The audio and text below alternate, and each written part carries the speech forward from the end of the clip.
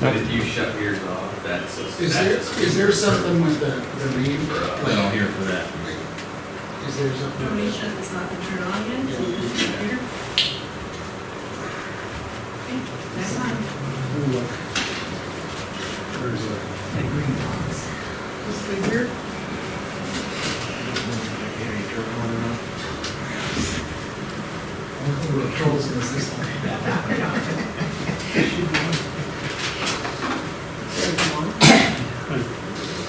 Bottom, but I don't either. That column. We should be working. Well, I think we can start, introduction anyway. Yeah, go ahead. So this is Jessica, she's in here, she's, joining us from Bonholm. She works for the DOE over there, so has some familiarity with, plats and at least districting, zoning, you know, to an extent, and so, she started Monday and is ready to just take the reins and go with it. And I don't know if we want to go and just go around and introduce ourselves. We're missing, Moose usually sits over there, Okay. and then Zane typically sits there. Is Zeus's real name? Zeus, oh my god. Zeus. I'm missing something. I've always called him Moose. Ground game? Oh my god. My brain's been using too much today, I guess. His name is Michael Welch. Everybody calls him Moose, 'cause he's kind of a big guy. Okay, I recognize the email address. Oh my god. Opposed to Zeus, who is the king of Greek gods. Just introduce yourself to her, so. I'm Dennis Michael. Thanks. No S. The S is always on everything. but it's just Okay, Michael, not that's S. fine. I'm John Harper. Okay. I'm Brad Hanson. Donna Friend. Christy Schultz. Dan Flemish. Nice to meet you. Nice to have you here. And how do you spell your last name, please? It's ATKINSON. I-N-S-O-N. SON. Yep, And- Atkinson. And Christie, she has county email, so you should Oh, be able okay. to, Give us all your email. well, I was gonna say, Didn't we get one It's from just- you? Did you? Got Yeah. it from her yesterday. I've been in meetings all. Oh, yeah, she sent us an email, Yeah, so well, we she sent us got one it. for the meeting, so. so, I was gonna say, can you send her an email with everybody's, well, if you got everybody's, I think I have everybody's. okay, then Yeah. we're good. Even Greg? Great. Oh, I called Did you. Greg have the email? Yeah, I know. I gave it That's up. pretty secretive. I thought maybe he's in witness Create protection. an email just. I'm gonna have to. I do have a question about I was that. gonna make one up on the fly. Did you all last week before the meeting get an email from somebody to do your due diligence on our thing? Is that, our email supposed to be given out to anybody that asks for them? It's posted on. The county website. Yeah. And that's, I think that's been done for a long time. And that's why mine's not. That's why he. I mean, you don't have to have it on there if you don't want to. Well, what I'm saying is that you end up, it is a robocall. Yeah, well, yeah, it can get you too much, but, and obviously if anything gets, you know, threatened or somebody's harassing, then of course you would go to the sheriff, but, I mean, just for somebody sending, I don't think that's a big deal. You know, I guess that's something we could discuss. I think it's important, like, we're really all ambassadors toward the county, and I guess I feel if people have a question or concern, they should be able to contact us as point people, and originally it was that way, and then kind of a year or two ago, with all the controversy, then all of those names got removed off of there, Yeah.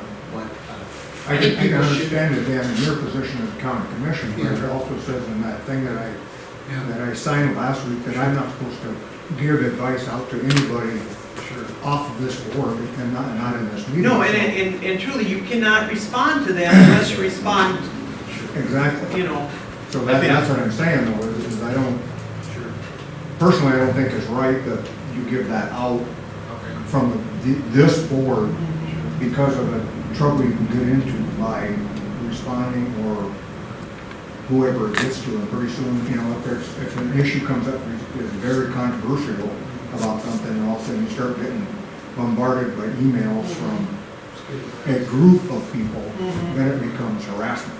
Yeah.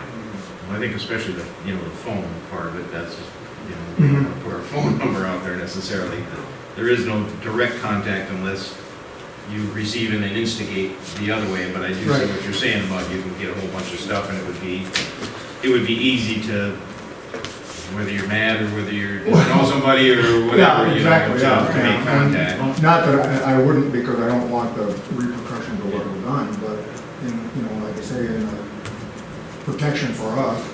I always remember way back when we talked, when Bob Chavis was still the state's attorney, and we got talking about different issues and things that go on, and where you can, you know, as long as you follow his advice, you're protected by the county, but when you step out of the room and say something on your own, you're no longer under that auspice of the county protection, and I don't. You know, I don't have an issue with just removing those email addresses from the website. If people do have a concern, they can go through the commissioner or maybe the Well, chairperson. their forum is just like our forum is, really. They're supposed to come to this meeting or to the posted meeting and address the commission as a whole instead Well, of individually.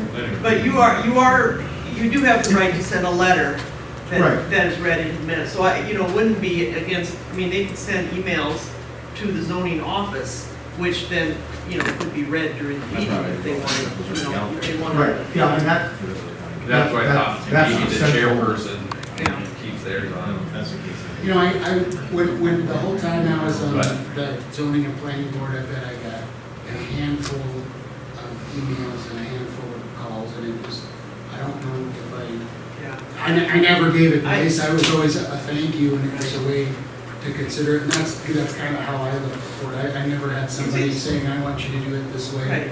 And I think it is a good way to be, be responsive to the citizens. Yeah, and to me, it's no Yeah. different than running into someone in the grocery store. If they want something to say to you, they're gonna say, and then, I mean, you just say, thanks for your opinion, whatever, thanks, listen to people, you gotta, And most emails, I mean, if it became really obnoxious, you could block them. I've gotten more emails from like a prince in South America saying I want money than I've gotten, I actually, 10 years on the county commission and 4 years on this board, and I bet I haven't gotten 10 emails. Well, I've gotten a lot of emails that have come. But I mean, it wasn't as Well- controversial as it was in the last couple of years, so. I just pulled this up and John and I was talking, there's just phone numbers. Phone numbers are on there too. Are on there too. And honestly, I don't see the great need for anybody in the public to contact me directly outside these meetings, because I can't discuss it outside the meetings. If I do, I think just so. what Dennis said, I can get in trouble. I think You know, contact is definitely not a good thing. you guys both have county emails on here. That's a different story. That's why my email's not on here. That's a No, I agree. county business through a county email is one thing, but county, business through a personal email or personal phone number is not, isn't the right thing to do. Well, I think the phone number should be deleted. I mean, I don't think our phone number should be on there. That contact information was not to the public. What's the point? Yeah. I just went to the county website, get members, and boom, there comes all our information. Might better even directions to my house. For some of us, they had all that information because, we've been here before, we've had a county Oh, yeah, commissioner everything's there. contacting us. but- There's address, phone number, email. But I don't see the point, so. That's my personal. It's certainly something we could look at deleting, and anybody that wants their email deleted off there should be able to have it off there. As far as on the public, on the website. I understand the county needs it, an email and stuff, but I don't know if it needs to be out in the public if people don't want it there. Yeah, I'm not sure. Yeah, Especially if phone that's- number, I think, I could understand. I can send it out. Phone number, address, Yeah, and for you guys, I think name and term of expiration, Right. Yeah. I would just assume it's address, and you can name or email address. one thing, just a heads up, the intent originally was once new members were seated, we were gonna have at least one training session.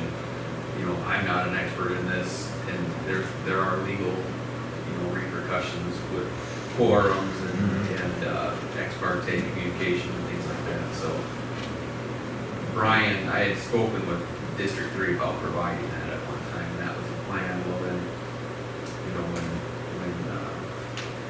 we were running short in the office, it was just kind of a necessary thing. So once we get caught up and get the ball rolling, and then we could, you'll get training on a lot of this too, the legal side of things, I guess. We should really. But put the state's we'll get attorney that. on.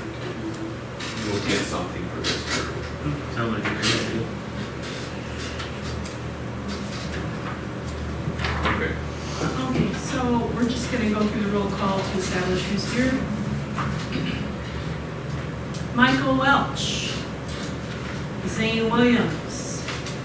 Dan Clement. Here. Joe Healy. There. Donna Frame. Here. John Harper. Here. Christy Schultz. Here. Greg Hansen. Here. And Dennis Michael. Here. All right, we have a quorum. Michael Welch and Zane Williams are absent. All right, before we start anything new, I would like to ask if Donna and Greg could possibly go through, and when we make our changes, it has to be noticed in a certain way, and that what chapter is that? It talks about it in the zoning ordinance, the procedure that has to go through to update or change the ordinance. It's toward the back.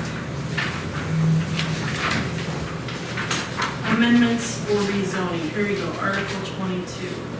Sure. Just 17. 17?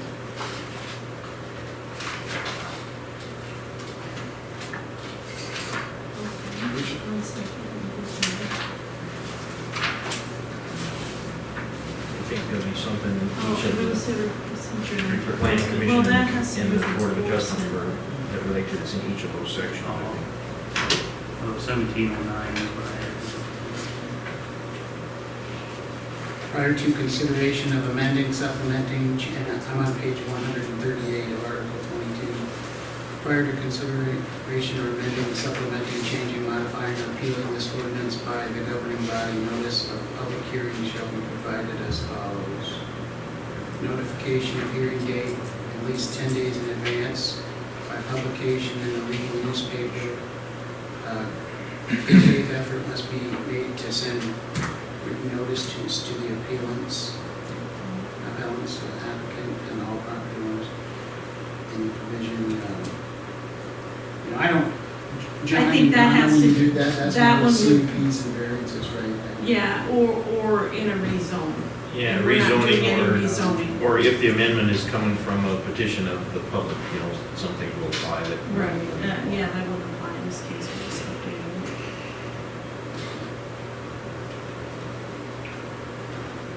And there would be no notifications on the property, but the planning commission shall hold a public hearing, review the proposed amendments in regard to section 1809.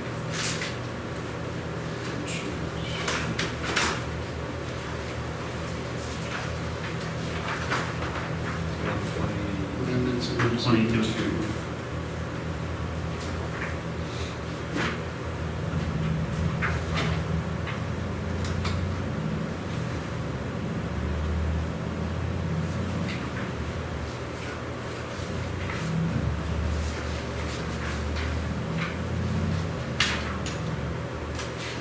Five is kind of what I think is gonna be for. Well, I think number 3, notice of, that's probably where it all begins. All documents, so those would need to be made available. And then hearing, number 3, notice of hearing shall be given as in section 1803, 3 through 5, which is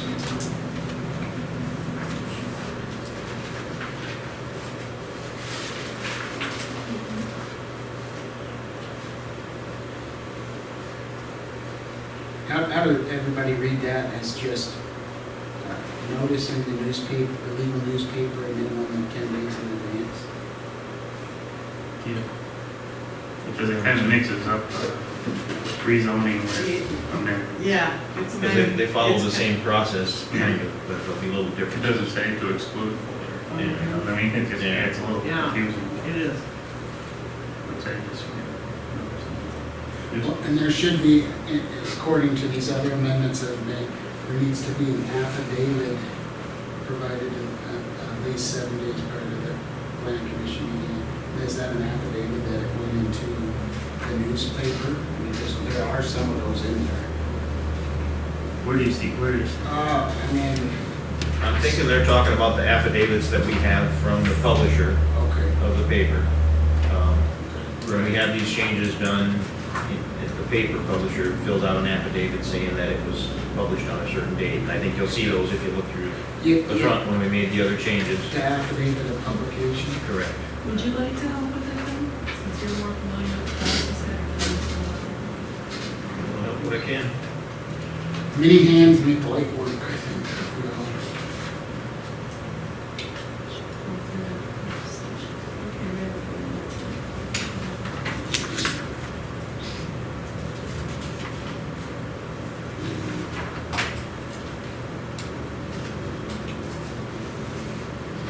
Just wait the whole public hearing, we have to notice it 10 days in the paper. Yeah. And then make a recommendation to the county, after the public hearing, make a recommendation to the county commission. Well, the public hearing, we could do it at zoning.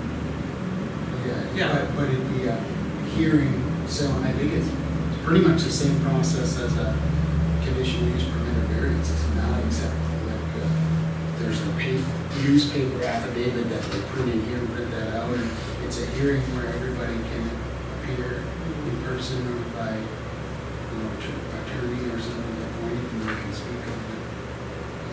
I think Yeah, that's. just like every other public hearing. Right. I think to, some things that are gonna be different than most just CUPs or, the notification process. When we make changes, page 122, section 1809, a lot of it goes through, notification and granting and this and that. Paragraph 5 is gonna require, actual findings by this commission. So the reasons set forth and why we went, why the amendment was approved. We have to justify a reasonable use of the land building structure, recommendation to grant the amendment will be in harmony with the general purpose of the ordinance that we're adjusting or amending. Can be injurious to the neighborhood, etc. 7 is gonna be one. 7 is one where you have to go into the comprehensive plan Yeah. and talk about how this meets the goals of the comprehensive plan. We've always had to do that. And those are written, we need to have written findings that we comply with this.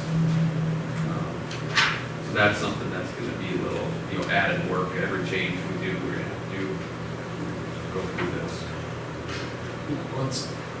I really think we should almost create some sort of checklist where we have all these layout, has it been submitted 10 days, check, affidavit, check.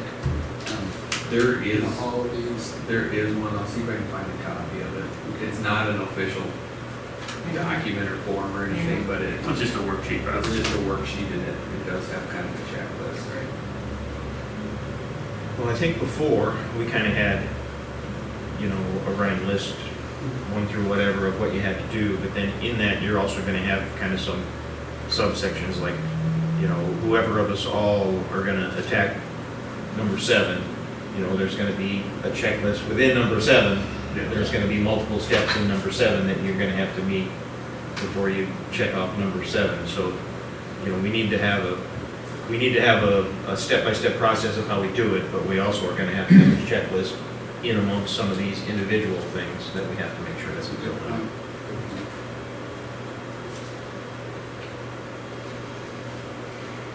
And we're not talking about any major changes, we're just changing the size of the buildings and the sign walls, so Well, if there was Wow. any, firecrackers. Major to who, though, you know? yeah.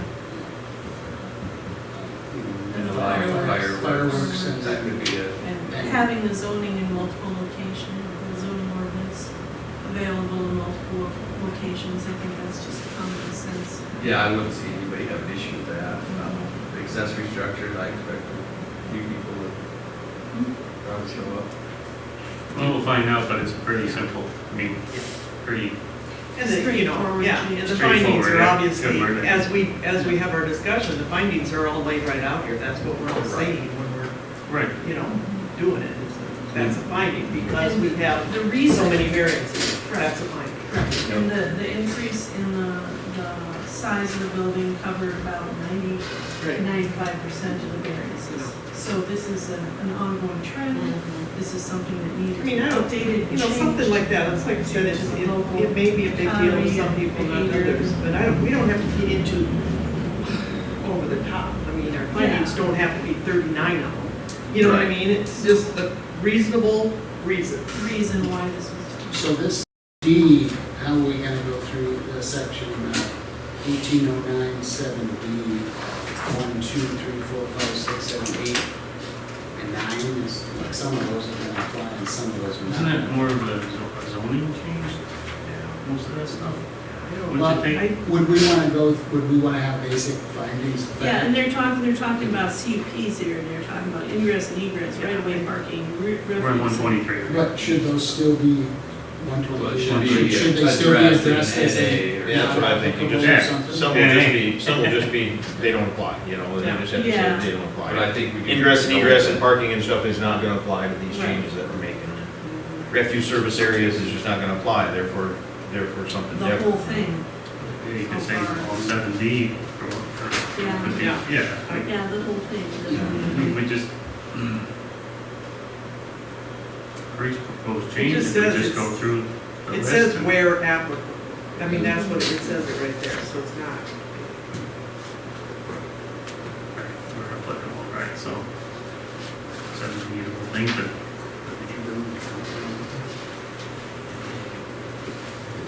Okay, something we did not state for a certainty when we were discussing this change.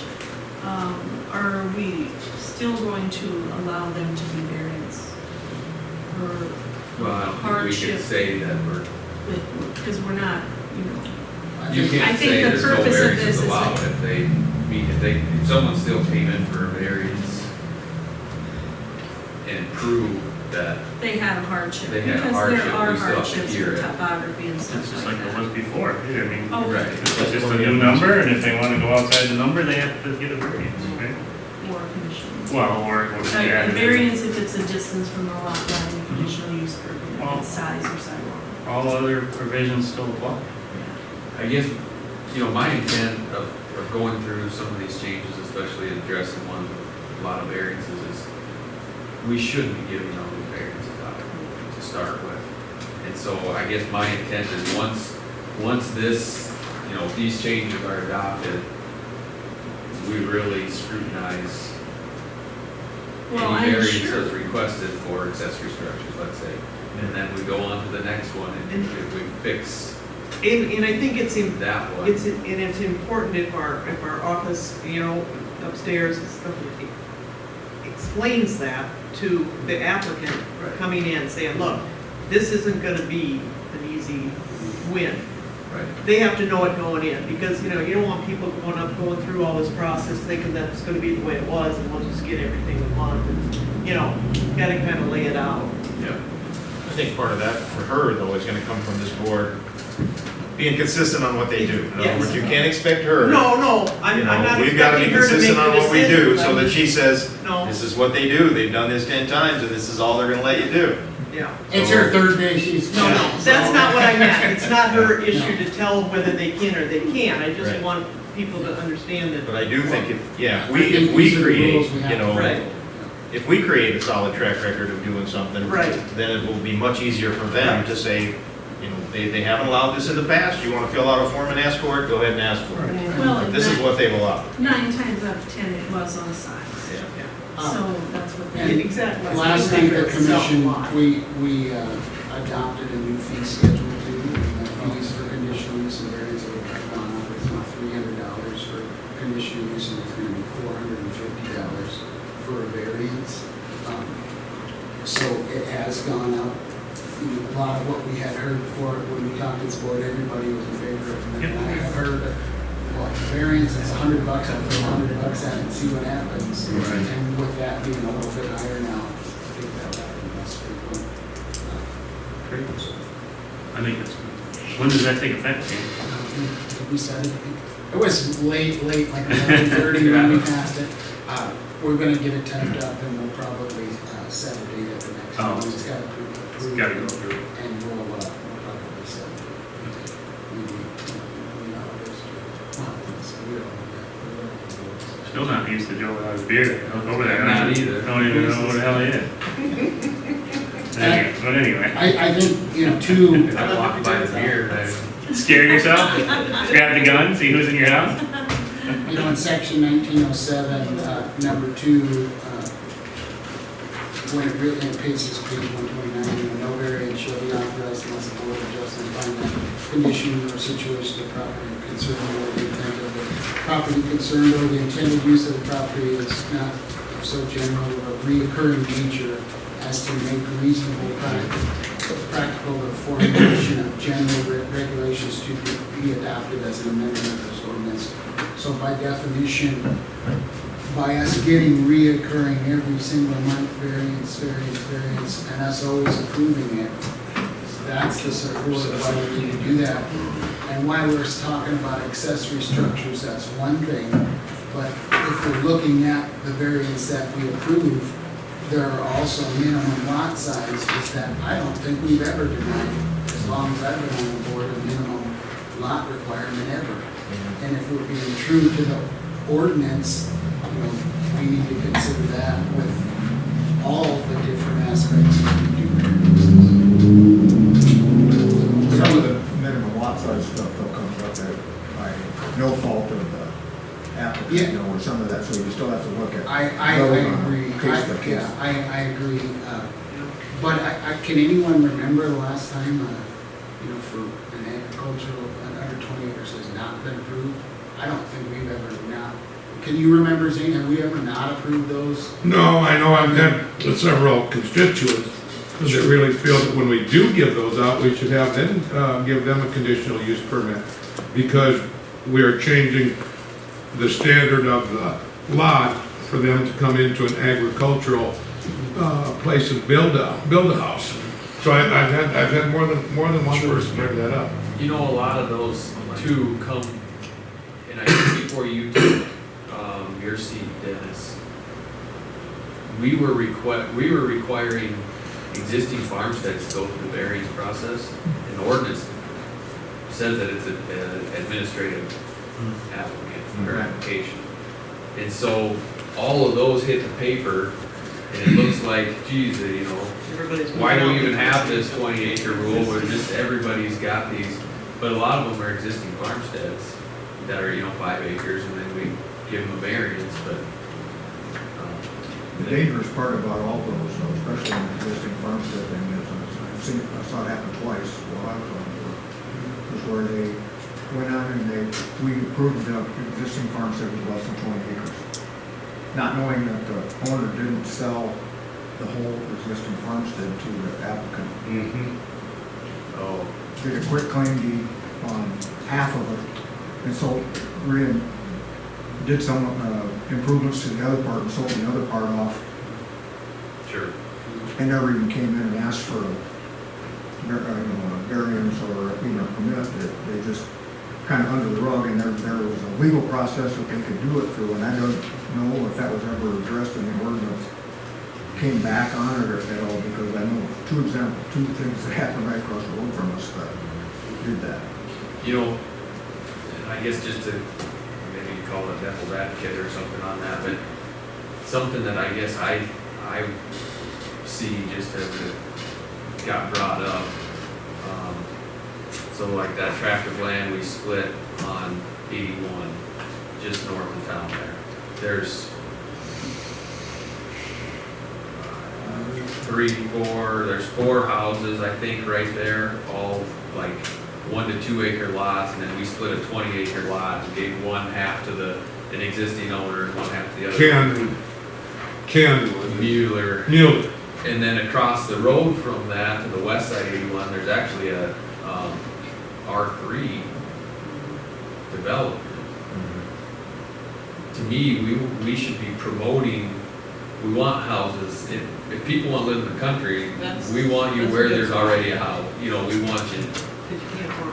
next to a house, not taking a virgin quarter and putting a house on that. Perfect spot for a rezoning right there. Right. If it was all out of the ag district and then it wouldn't even have been here for a variance, you know, if that was rezoned. Right. For- And based on there's population, spots it's like already that, there. I think you look and there's small developments, say, starting or whatever. Maybe it was all platted out before zoning or, you know, however it worked out. And it's zoned ag, but it's not being used as ag land. You know, maybe that's where we try to steer, you know, housing. Right along the state highways and. Well, all that, you know, I mean, if you look at setback issues and things like that, there's already a bunch of houses there. Let's encourage people to build there and not so much. Hodgepodge. Right. Well, that was the intent of it to start with. Mm-hmm. Right, exactly. So you, You control development, so it wasn't here and here, and you Yeah. build a barn over here, and you build a housing development right out next to it, or whatever. Mhm. And you assume you can't throw any of it, so Right. try to get like things next to each other. Right. The original intent to start with. But like are you talking about on the left, right at the west value, on the old Shrum addition there, where there's 4 or 5 houses are in line there, and then that bought that was a Clemens place, I think, on the corner, originally, you built a new house there. Mark has that, yeah. Yeah. He's talking about the No, I'm Raspberry talking Place, Raspberry south, not Lane. the- Raspberry, right on top of Poverty Valley. On the, And on the then east there was a side. Mueller Lickness bought that land, and then he wanted it over 10 acres. Yeah, the guy that had was starting a winery down in there, or Yeah. whatever, and he died. Yeah, And then that got so- but that's got, there's quite a bit of development kind of In that squeezing in area. on both sides, you Yeah. know. Yeah, and I But mean, you're right, like Lesterville turned that too. I don't know what that's zone. That was way before. That was way before, that was back when Willard and Jeanette did that. Yeah, That's back okay. in the 70s. Oh, But yeah. even today, if it's zoned ag, that almost should be, you know, we talked at one time about ag 1, ag 2 or something. We didn't break out any of those places when we did. You know, when we did maybe the map. maybe We that didn't. would be a spot that. We didn't get that That into would fit detail that. for the most part when the map was Well, done. like that piece, particular piece, like for that house way back in there, where that piece was, there was no access to it, other than, other than the fact that the guy that sold him the house, owned the land. Right. that Right. had access, and gave him Right. an easement or whatever. Lance did, or Mark. Right, or Mark. Right. Was it Mark that lived there? That's what last time we had the state flower for the The pass? Oh, we got pass up Or we there. come up on. Was there a lot of them now? On that hill there. Yeah, we still got a lot of that in our factory. Took them really spring. Are we still trying to do a checklist? yeah, I think we can do the checklist for everything, for 22, I think. All right, so we want to start.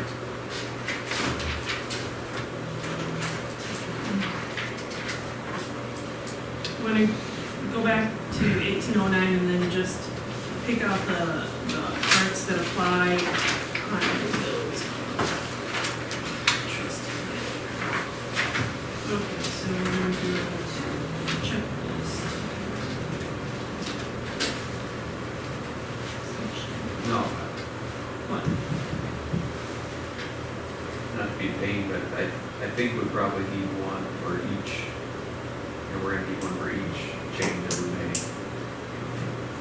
Not necessarily each small change, but each article that's changed. Because some will apply and some won't. Right. Is that what you're applying?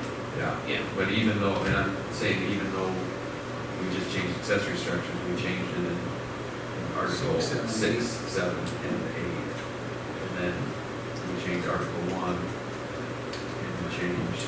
We talk about a master checklist that we can use for, that would apply for all of them, right? I think that's, For- I don't know, I'm not sure where, I'm not That sure would- what we're. That would apply for these changes that we're trying to do. Right, yeah, we need a master, but are we working on specifically what we just did, or are we looking at a master? I think that would be a checklist that when you're doing a zoning ordinance change is, would apply to all of them. I mean, you're gonna have, each one's gonna be different, like when you get to the, comp plan, it's gonna depend on the change, why you're doing that for justification, but, compliance with the comp plan. Right. Justification, that's a check, but for each ordinance, the reasoning why would be different. Right.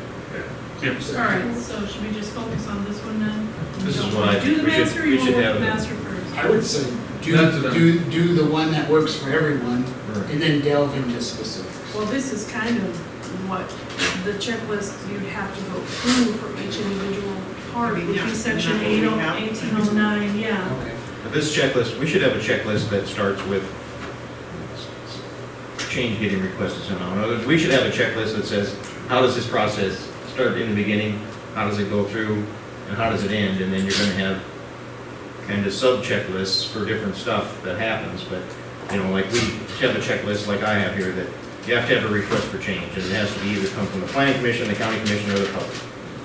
And then you go to a public notice of a hearing for the Are you planning in commission. 1801, And 1809? then the planning commission has to satisfy section 1809. And then you gotta have your public hearing. And then it's gotta move on, Oh, no, hurry up, we And gotta be write all this published. down. and then it's gotta move on to the county commission. Don't And do they've it all gotta at go once here. through. We gotta- it. I do See what I believe mean? You need that kind of a checklist checklist exists, to whether- start with. I do believe that exists, I just need to find it. You think Okay, that's so if already you sitting think somewhere? one exists, then you should. Because I've seen it. I don't know if Upstairs? Paper copy?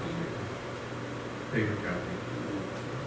It's in the other Because we did end up at different times under different administrators with different ways of doing stuff. So I'm not sure what was always right and what was always not right. I think if I think we could developed our- start with that, the one that's, well, there's a few, but start with one of those and we might want Or we to could, add or modify. we could run through and just do a general one and then compare it, and then really we're checking our work.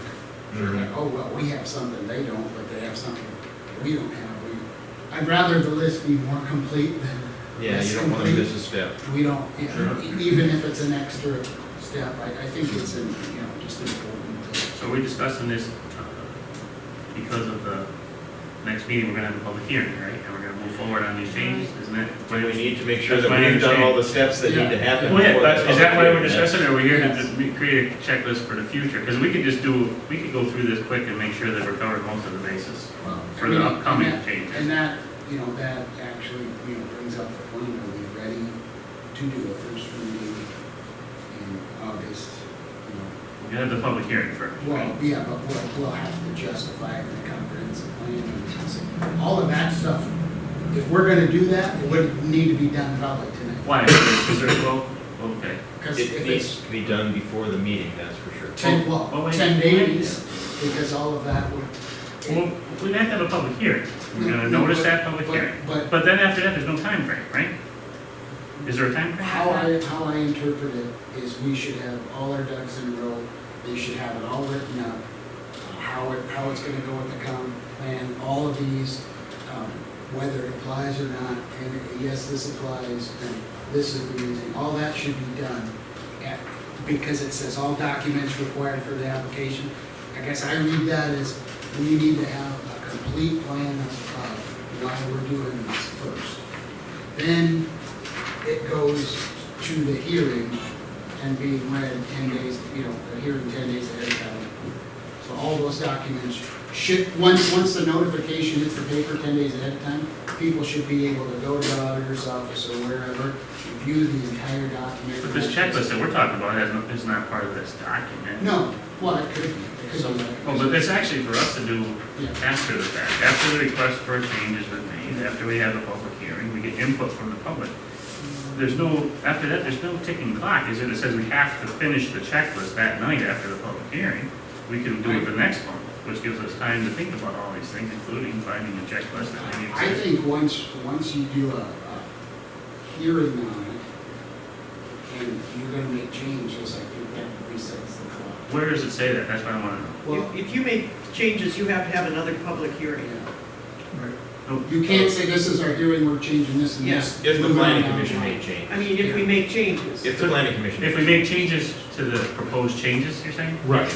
Well, Yeah. Then it starts. if everything stays the same, if what we're proposing as a change, we have a public hearing on that proposed changes, and we decide we're gonna leave it just the way it is and forward that to the planning commission, there's no timeline, there's no clock that starts that says we have to do it right then. We can wait till the next meeting to actually make sure we have all our ducks in a row, Yeah. make sure that our proposal to the county commission is in order, right? I mean, I know everybody wants to get this going, but, I mean, for the sake of the first time in a long time doing this, I get what you're saying. if there's something we're missing, it gives us a little, I just wanna make it clear. I'm not saying we shouldn't do that, maybe if you want, if everybody agrees, that's So you're fine. really talking about having like a hearing to request input. Well, it's a, The public hearing, Public that's, hearing. if you read it the way it's written in here, that's a much earlier step than the comprehensive plan findings. It's number 3, having the public hearing. and that's the first thing, I mean, So- we've already discussed it, we've proposed changes. We're The public's technically- gonna get their input, and then we put the two together, right? Because we've already decided this is what we wanna see changed. Now we get the public's input, if nobody shows up and nothing changes, then we forward it on, right? If that's simple, I'm talking out loud here, so Yes, correct except me. after that is when we have to do the. And then we have to make sure all the these checks comprehensive are plan checked. verification and all that, yeah. But the hearing comes before I that. get what you're saying. In other words, you can't, there may be changes, there may not be changes, but there may be changes, so that's what the public hearing is about. To hear, you know, maybe we're way off base with the changes. Right, then we would, Public comes in and says- then I agree, we would have to have another, Yeah. right? Then we would have to. Well, there's But a it is minimum of 3, 1 here and then 2 at the county commission level, and they're all 10 days of minimum, so it's about 6 weeks or so Yeah. at the absolute quickest. So there's plenty of time for input, but I understand. I wasn't trying to say that you were wrong, I was just asking That's a good point. if there was a time frame that I wasn't aware of that made us under the gun, you know? I have a 14-year-old, she tells me I'm not. I'm not saying you're wrong, I'm not saying you're wrong, I just wanted to say, wait, we don't need this like right this second, you know? I just, that makes sense. But we could get to a point where we have to come back and do, say, where you're explaining it, to me anyway, is we have a public hearing and let the people come in and they hit the wall about what we're changing. So we gotta go back to the drawing board and start completely over and have a public hearing again. Well, I don't, see, that's why I'm not sure either, this is just for discussion. No, I don't claim to be What I'm the saying is expert on it. is if you make but- any changes to what we're proposing at that public hearing, you have to go back, rewrite it, and bring it back to the public hearing again, so that Correct. That's right? That's if this board wants to make changes. Now, Yeah. the county commission can make changes. Yeah, we could just forward what we We already can, have. we can forward what we have. that they'll have, As long as that's the a board public wants hearing to. on their, Yeah. on their changes that they make. I mean, So it'll because still be we- public. Yeah, so they have 2. They can make changes to the first one and just move on to the second one, because they have before. They don't throw it back in our lap. They don't, no. Unless it's a real train wreck. We could if that's a. Well, but that's what I'm Don't saying. start that If either. they're issuing a Greg, reclamation that's- or something, That was pretty calm until somebody mentioned that, I thought. There's been stuff before where there's been a minor change, Yeah. and we just passed it, you know, we passed it as we had it, and the change took We place at the didn't county notify commission. You know, exactly what we're doing. so I don't know, you can't say ahead of time whether it'll be bigger or little changes, I have no idea. So this But I is- do think we have the public this is hearing a- before we, you know, it's number 3 in the list of, I don't know how many's in the list, 10 or 11. Yeah, we have to do that now. So, the public hearing comes before we have to certify stuff with the comprehensive plan or any of that. Okay, so first, I would say that you would go to section 1801 where it says the commission can propose changes to the open zoning ordinance. Yes, and actually, were these changes not asked for by the county commission? In other words, they asked us to We review. tasked this board That's what was my understanding. back in January with getting a recommendation. So that's what it Well, is. the request can come from anybody, right? It can, yeah. Yeah. Any person, Yeah, commission, Citizens, Right. anybody. so They can basically, get a the petition, yeah, well, and, So- you know, the process too is, you know, the county could, all of us could decide on something and move it forward, and the citizens always have the ultimate say, well, we don't like that. Right. We take it and we vote it down, change it, or, Well, And that's just it, it's not I that, mean, it's not that we change If two people it, come in and complain, it's that, but you have to vote on have, it and then. you have to have a document that says, this is what we're gonna vote on. Now, they have the right to complain or whatever, and then maybe you wanna vote no, or maybe you wanna vote yes, that's up to, I mean, we're not gonna go changing for every whim. This Because guy you're wants never 2 gonna extra please feet, everyone. this guy wants 3 less, no, this is the document we're gonna vote on. We get their input, we make up our mind, we They- move on. And they have the opportunity to get You it. know, I mean, I Just believe sounds- citizens can also, if they petition to the county commission, and the county commission doesn't approve it, they can petition that to a vote, and even if the county didn't want it, but the citizens voted in, it could still go through. So it's really, you know, the rights of the people ultimately Yeah. rule. and God bless truly, this America. can, yeah, this can In be, state of South Dakota, under God, people takes- rule. if you have enough years in your life, you can rule. well, so be it, but at least there's a process. Well, I do think we have the changes, potential changes laid out well enough to go to a public hearing. I think so too, we just have to put it in a understandable. Well, it just sounded like Yeah, Christie was you trying to were make a here, checklist you for were the first here. step. No, right? I- Is that what She you're saying? had it all Oh, typed you up got and it all everything at the in. last meeting, Okay. so. Do we Is that what want we were trying to do, is make a checklist? I don't know if there was a little change or something to it, but, yeah, she had a typed up copy of the changes. Of the laid out, changes. Yeah. And- And I And, think we're still missing the definition of attached. oh, It that was was, written down in the meeting, but I didn't retype it, no. was that gonna be in these The proposed changes? definition was? Oh, the attached? No. Was I that- thought we were just We were gonna gonna say, add. okay, it's either We were, not attached. for these we- changes? I thought that's, Because we changed that definition of accessory structure. Yeah. And in that, Well, we Well, discussed, all we did was. we say discussed it it, was and not defining attached. attached. Yeah. We don't have to make that change, but we could. Moose was gonna get it to us. right, We could, but we we could wouldn't do, have to. we could just do that on the next two. Yeah. Well, right, we don't have to. act. We don't want to muddy the. I think it goes with this. I don't think it's gonna muddy anything, it should be pretty straightforward definitions, because you're right from building code. It's hard to do a reading when you haven't got that first definition. You know, because if we're gonna wait for that definition, that's probably gonna, you know, stop us. Unless We- you wanna look it up right now. We can go to online international and building type code it. or state, but then that whole code by reference becomes part of your plan, so. Yeah, so if they change the code. And I'm guessing there'll be some discussion on what attached is, so I don't think it's Yeah, maybe we quite wanna. that clear. We can maybe always we do don't that. wanna do that. Let's see if it becomes more of an issue, Yeah. right? I mean, this is, Yeah. we made, these changes were proposed because Multiple. of multiple variances for the same I mean, issue. just about So- every month we have. Well, these changes will take away the need that people have had to try To and do that. attach in Well, there you go. extraordinary ways to their structure. You Yeah. know, that need will kind of go away. We won't Unless they we won't come need back with tunnels, bigger and structures. we won't need 50-foot breezeways, and we won't need that kind of Unless they thing. come back with bigger structures. Not to say that's not an issue, Joe. Because they were just fine. At this point, we can't even get through our 20 years checklist. ago. Every You can breezeway, see the way the variances, when the ordinance first came in, there was no variances approved. And then, what about 2006, there was one, and they were just barely over the number, and then there was a couple more, and then you start, you know, it just took off like a Yeah. rocket ship. That's about the year we changed the number. Well, Yeah, one thing I want to back up just a little bit on our discussion we had right here. We got talking about codes. Who's the building code inspector in Yankton? there is a. There is Not in the county, it's it's state.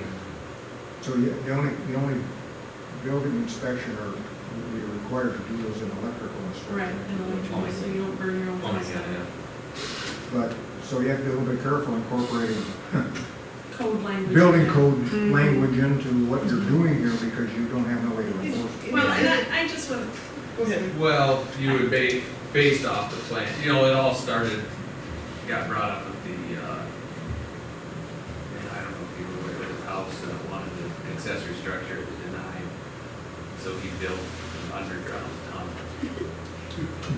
connecting the two and called it attached. So the structure may attach, because it's. Yeah, it's attached, but I think if you look at whatever definition it is, it has to be 60% of the wall shape, right? So if that was defined, it probably wouldn't have gone. Okay, and I've had people complain about breezeways. In reference to my father-in-law's breezeway to his garage, and he's within the city limits. And, a former member made it sound like he had this huge dance hall and like it was some great big Taj Mahal he built, and it wasn't. It was a double-car garage. He had a breezeway because he's 83 years old and he shakes and can barely walk. For heaven's sakes, he shouldn't be out there in the frozen ground trying to get to his doggone garage. So we built a breezeway connecting the house to the ground so we didn't have to watch the weather. So it's not always a premeditated way to skirt the law. Sometimes it's just necessity. It's only when it goes to extremes that it's. I don't think anyone. And it wasn't has a an issue dance with hall, breezeway. he was a square dance fanatic, and he had It's- like A 4 people, he would, breezeway all doesn't the attach. cars were out in the street, and he held lessons for square Do you dancing. think a breezeway does not attach a garage to a house? By definition, it's not an attached garage because you put a breezeway. See, there's gonna be whose definition you have, because the city will consider it. Yeah, I just pulled up Yeah, City of apparently City of does. Portland, Oregon, it says that a garage may be attached to another structure by sharing a wall or a breezeway. Because I mean, I talked about this That's at our last considered meeting, attached. there's electrical codes and fire codes and all these things that come into play in municipalities when things are attached. So they wanna attach things. They wanna attach things because, you know, then you have all kinds of electrical things and everything and fire things that you have to follow. Yep. So they're much more willing to attach probably than we're willing to attach. Sure. So you can't just go grab an attached definition because Yeah, everyone's gonna be all they're different. gonna Well, be that's, different. I'm not set on one, I'm Yeah. just saying, I think it should be addressed. Is it really, is it really an issue? I mean, if the only issue would be, I don't understand why they're. The only reason it's you're an gonna issue for add- me is because it's something we use and we don't have a definition for, and it seems foolish to Okay. use something Yeah, as, Because if as a someone wants criteria to for something and not attach- have a definition if for it. someone wants to attach their big shed to their house, I don't care as long as you're within the setbacks. I Well, I really mean, don't care. if Where- we're Where it was brought up as a potential issue is, you know, after that tunnel, that garage area, but, But how many tunnels have we don't, had? I mean, Wait, I don't think that's ever gonna happen. but if a breezeway attaches a house to Right. a shed, let's say, now hopefully we've mitigated most of that with increasing the structure size. Right, that's what But that's the goal. what somebody could do very easily, I could live in an R3, before this change, I could put up a 2,500 square foot shed and put a breezeway from my house to that, and now I don't need variance, because it's part of my house now, Yeah. it's Right. attached.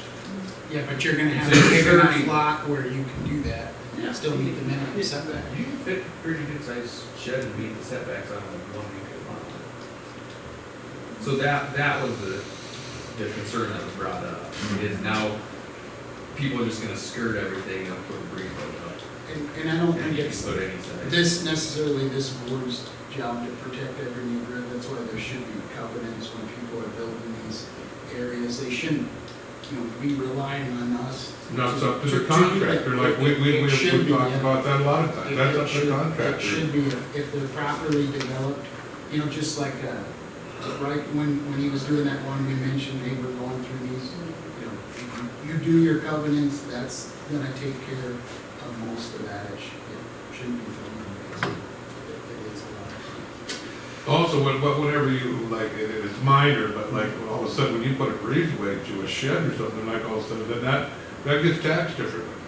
That should be taxed different, then all of a sudden, you got tax implications because you got an attached garage.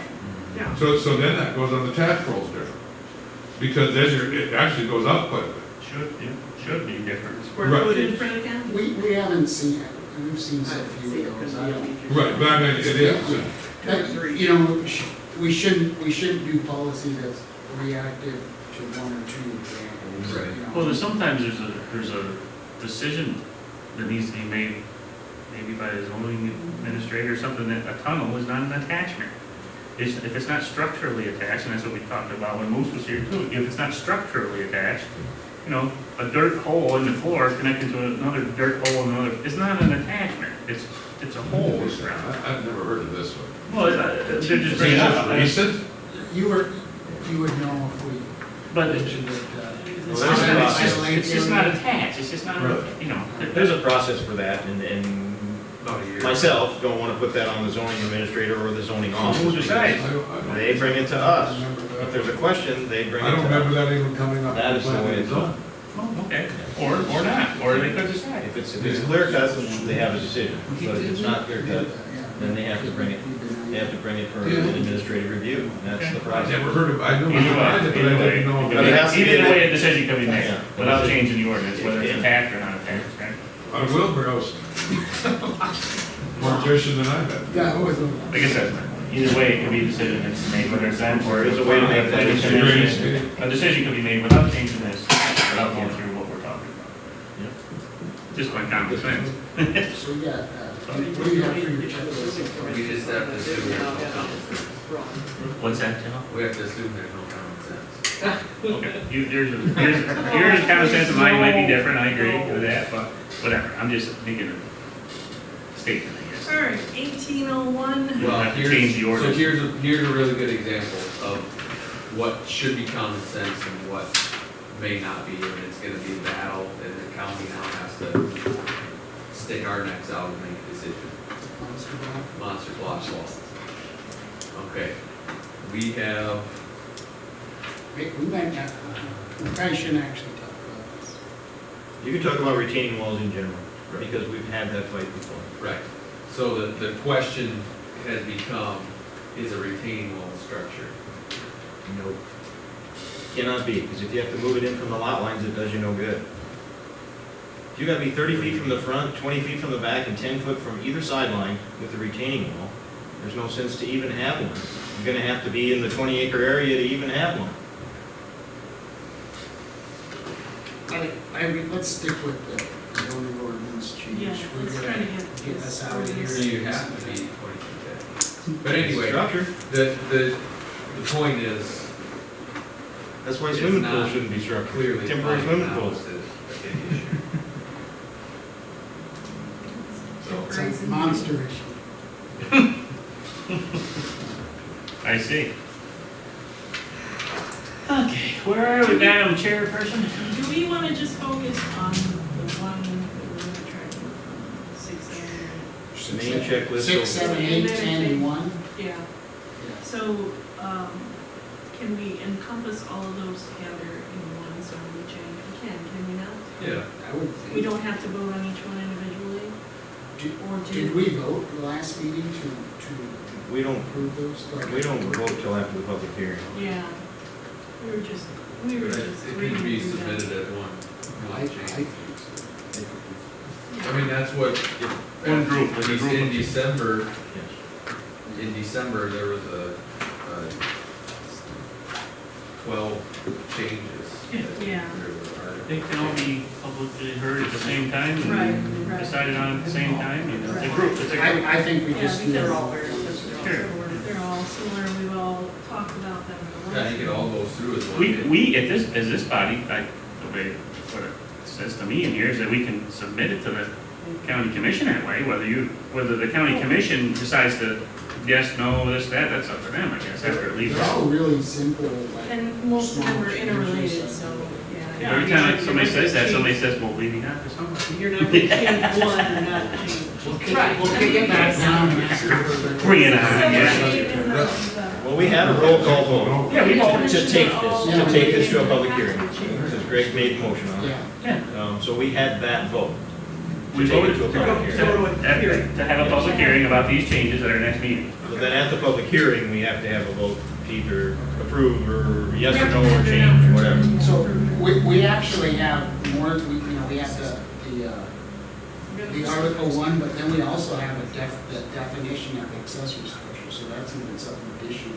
How would we label that, would change to the definition of accessory? Yeah, you would building? just say, Yeah. this is the change for the. If you go look into the front of definition here, of accessory All that was structure. done before. In other words, we changed sections and articles and definitions, so Because it has I to think match. we can kind of work off the way it was done before, the way it's gonna be listed in here, I think.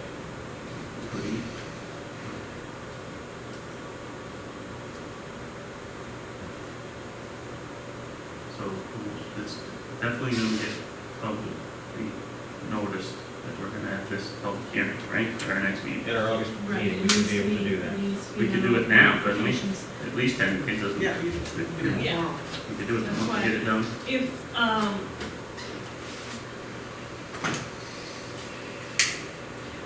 we don't have to list, if we do it the way I did in the minutes, I think it's clearer and easier to understand than if you, and it's more concise. The way you had it listed, in other words, we don't have to spell it all out, all we have to do is list. Yeah, I think it would cost a fortune to list the whole article No. the way it was, and then we change this part to this. I just think write we the should changes we're gonna make. Write the People- changes. If people wanna compare whatever, they can come and look. Yeah, they just reference in these past one, did a change to Article What you're changing, 26, yeah. or Article 1, or, you know, definition of the Okay. accessory But I structure. think they always Okay, had those so- available to be seen, those changes, they had the text of those in the office. in the office. You know, Well, after the public hearing, not necessarily before the public hearing, but after the public hearing, when technically we approve something that's finished, then whatever we approve that's finished, Well, the that minutes- text has to be available. The minutes should be in there. No, because we don't put all the changes in the minutes, all we put is we're changing Article 26, Section 7, and we're changing But- Article 18, Section But I 2. did, you know. when I She typed did, it up. she's got it right there, right now. Right, but they have to have a text of the whole change available for the public to see. Okay. After we vote to approve it, if we vote to approve it. And should that be available? When we make the public, the 10-day notice for the public hearing, should a copy of that be available then, or only after? After our public hearing is when that has to be available. Before that, you know, because on the other ones, what we did was we had copies of the, because they're just proposed changes until then. And we had copies of proposed changes copied and on the corner, and people that came into the public hearing could take copies of the proposed changes and look through them if they wanted to. You don't want that available, It never what has been before, no. Okay, What I has suppose been it available could be- before is the listing of what we're changing. I suppose it could be subject to change if, When you say listing of what we're changing, not the specific verbiage, Not the actual verbiage of what we're changing, the section number, the line number, whatever we're actually changing. You know, Article 18, Section 1809. that's what it Changes says. in Article 18, Section He did, 1809. Because that's gotta be published in the paper. Yeah. That's what I was gonna say, it's gotta be in the paper, Yeah. and then that'll be the heads up before the meeting, and then this will be just a reference. Yep. Right, I can see that. So then when they come in, they can get changes. If, you know, if for any reason somebody wanted to know changes ahead of time, it's, you know, it's possible that could happen if we had them done and they wanted to have copies of them in the zoning office. But generally what happens is they don't know until it's posted, and then they'll come in here and there'll be changes in here, and that's the way it's always been You done. know, in theory, your way is probably better, because if we do get public input, Mr. Plow, I never thought of that before. Well, let's incorporate, you know, the citizens' comment into this change, because it makes it better. Then you could do, you know, because you almost hate to go to a hearing with your mind made up already, well, we have to stick Yeah, with this. there's Because just the whole potential. point is to get public. Well, and There's if, potential if change. the notification is a little more general, then you have that latitude to change things. If you put the notification in there with hard and fast language, then you're not changing. Because then when we change it, someone who didn't come to the hearing is gonna go, well, it said in the paper you were gonna change it this way, and you didn't do that. Yeah. So there can be changes that night, there can be minor changes that night without us having to rehear, Very minor, you know. verbiage mostly. Yeah. Well, and reading these from August 2010, it just says, you know, hereby take notice, such and such, Article 18, Section 1803, Article 19, Section 1903, and Article 22, Section 201, number 2. So it's really kind of general, not specific, and I think that is better. Okay. About the time we get this figured out, we'll have a little administrator to walk through the door, and we'll hire them, and they'll do it their own way. Well, look at the grading grades we're getting now, we're gonna understand the whole thing, right? There you go.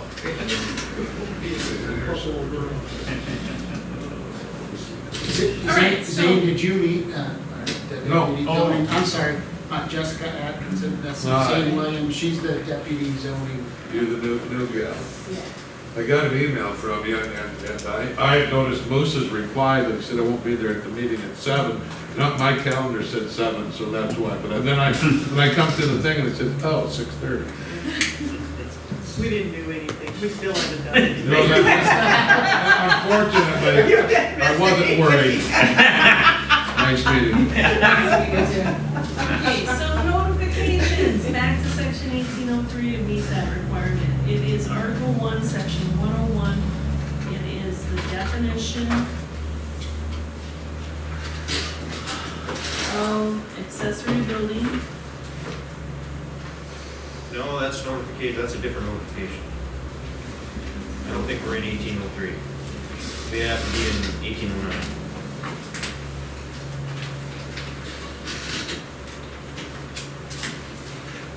The notifications that we have to do would be the notifications that are spelled out in 1809 amendments. Amendments, I should say. This is-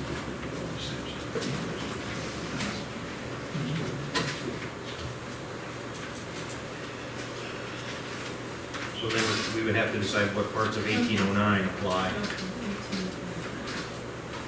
That other notification was for notifying people. Right. Of a property. For a CUP, for various.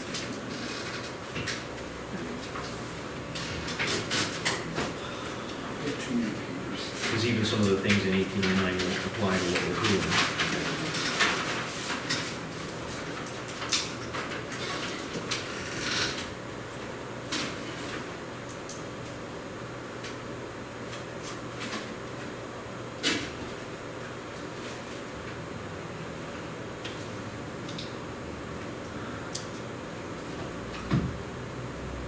Okay, so in 1809, the documents, section 1. Where does it talk about notifications? 3 goes down. Oh, okay, there we go. All right, so we'll start with, So we have to have the documents, which is, we have to have what you've got written out. right, That's Number one applies. pretty much, we got that. We have to have a request, that's the first thing. That's, yeah. Request. What we're right, doing, and that's what we're section asking for. 1801, we already talked about.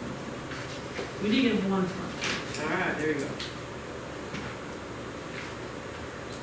Now, number 2 doesn't appear to me that it's gonna apply at all. Number 3 will. Number 4 will. Change in the zoning process. Individuals.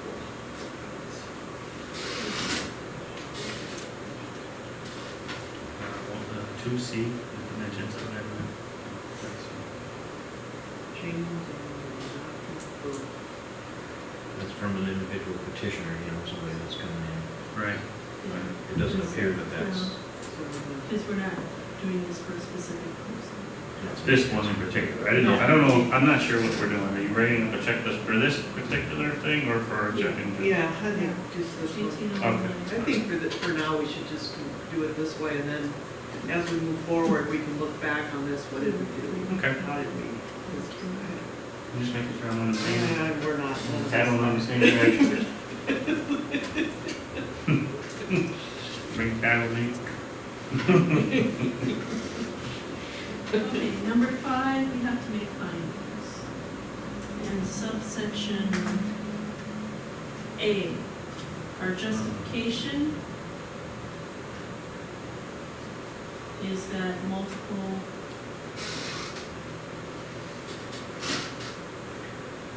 variances show public need for larger structures. How's that?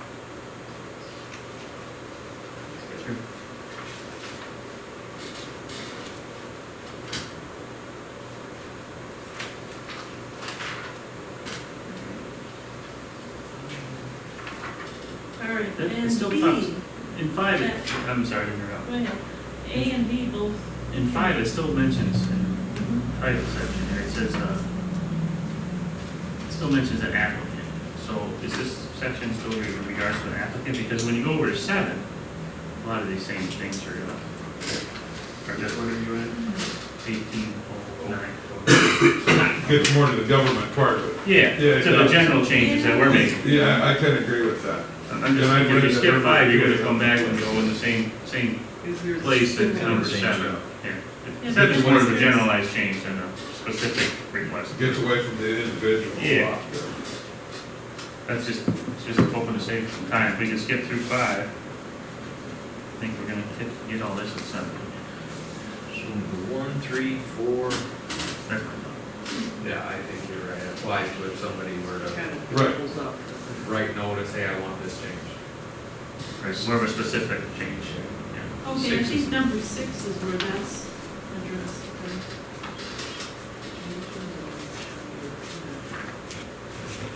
Finds the condition, situation, or intended use of the property. Oh, okay, So never mind, that's that still says specific. unique, never mind, that's Specific. still Specific. for so then we jump to 7, from 4 to 7. Written findings, shall make written findings certifying compliance. Okay.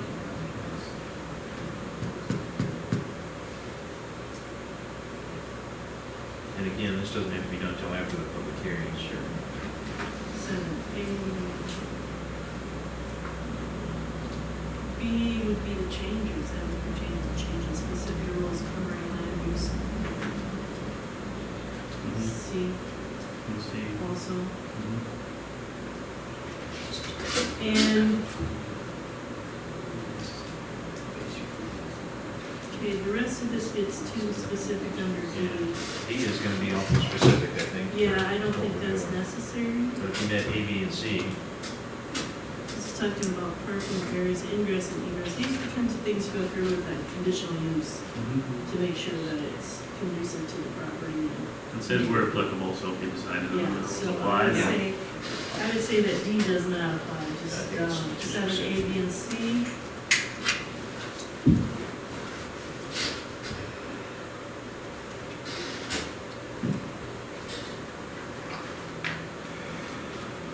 And 8, I suppose. Talks about the-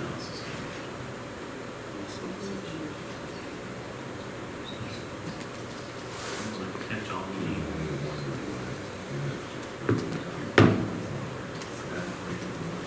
you know, it seems like you're doing all that in 7. Oh, yeah, all right. 7, A, B, and C, Sounds but like a catch-all. we can kind of just say that we meet it if there's something that we miss in A, B, and C. Well, it would just be something that we, maybe we write, prescribe appropriate conditions and safeguards in conformity with this ordinance. We write, purpose of these changes are because of Because, yeah. the variances, and then in somehow Put say, that as part I'm of not, it. I'm not a writer, but somehow say, in order to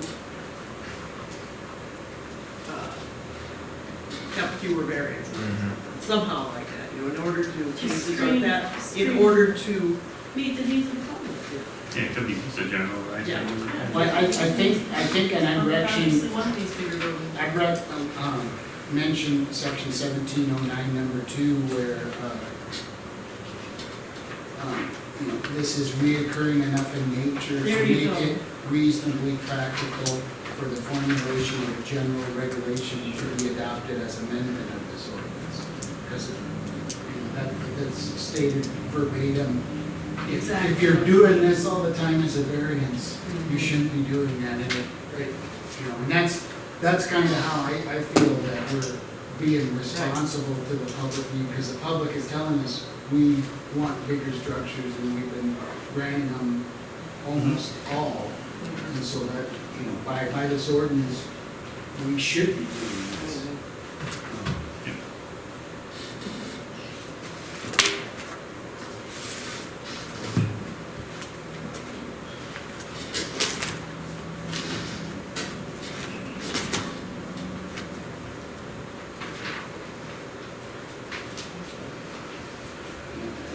Due to a recurring nature, it's reasonable and practical to formulate Case. general regulation to be adopted as an amendment to those sections. So that's gonna be part of your findings, you're saying? Yeah, findings of fact, yeah. And that was 1709? 1907. Okay. You did say 1709. Flipped it. Everything actually, Yeah. he's actually right on that, 1709 is correct. 1709 or 1909? No, 1709 for the planning commission. Oh, okay, I'm in 19 still. You meant 1909. Either way, I was wrong. Yeah. Is that what My you did? pages, I'm wearing out my pages going back and forth. 1709. I'm gonna get a new hole on it. Dyslexic.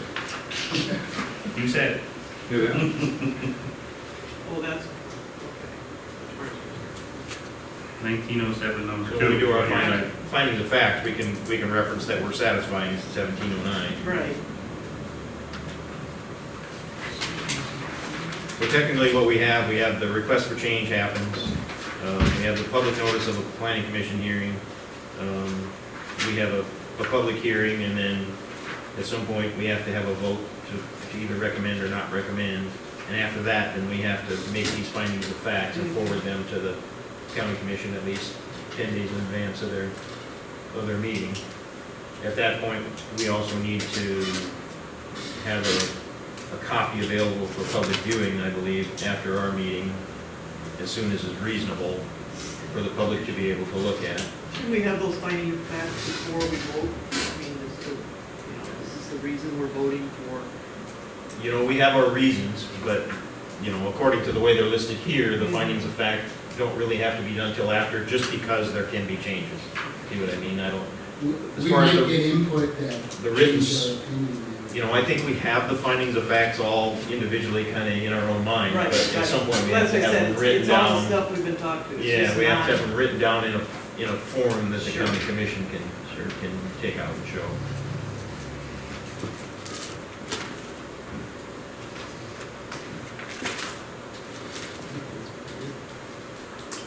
And I'm guessing when it comes to that point, after the public hearing, then we'll just have to break out how we're gonna, you know, whether we have another meeting or something to come up with all these findings of facts, whether we, Or we could Pass. do it that right there, but if we don't want to, I don't think we have. yeah, I don't think we need to. If we had it all done, that would be fine, if we wanted to task some of that. Well, if we Yeah, had I'm trying a to- worksheet. Could we just go through the same list we did and write it down?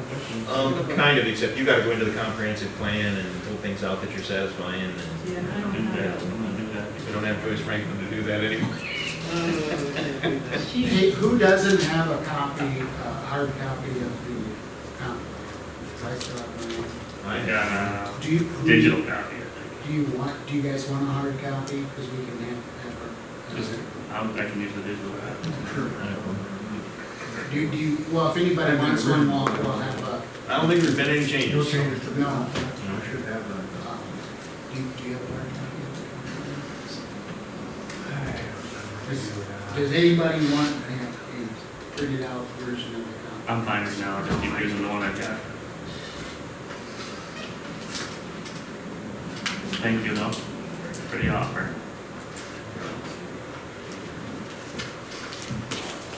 It's just another notebook. 17. I know. Right.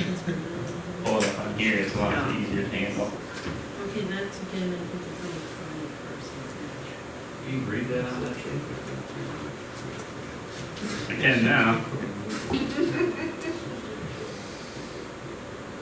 This is all from the state planning.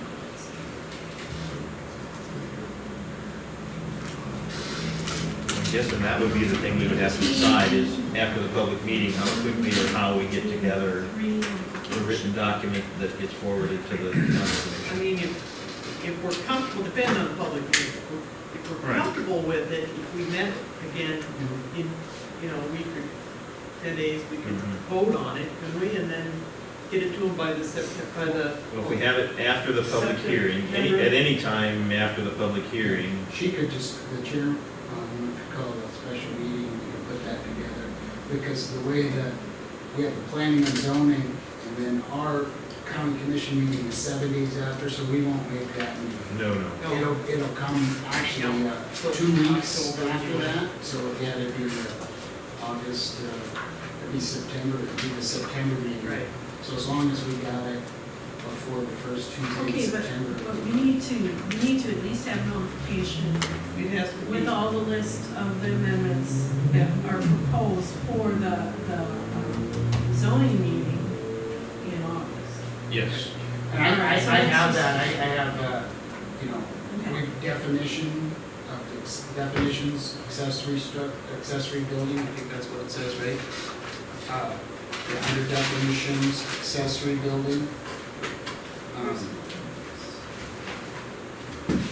And In those minutes. that's the first, I guess if we're going from the very front, that's the Yeah, first in the- one. In the minutes, yeah. So it would be what needs to be noticed. I would just say, we note the article in the section that we're changing. So the Amendments. definition, and how did you guys do this with definition before, John? Was it just, or Dennis, was it definitions and then with the definition you were changing? Just the listing of the definition, yeah, that you're changing, if you're changing the definition of accessory structure. Accessory structure. It'll or just say- In this case, it's. When it says changes, accessory building. instead of saying section whatever, it'll say definition, and then it'll say accessory structures. And Okay. you don't have to write that change out, that new definition out, you just say accessory structures. So I got definitions of accessory structures, and then Article 1, Section 101. And then Article 6, Section 605. It's accessory building, isn't it? It says, yeah, accessory. Accessory building. building. Yeah, I'm sure you're right, accessory building. I just want to make sure. Yeah. I can't talk to them. No. And then I had Article 6, Section 605, 607. And then Article 7, Section 705 and 707. Article 8, Section 805 and 807. And then Article 10, Section 1007. Does anybody have anything different? Oh, that sounds correct.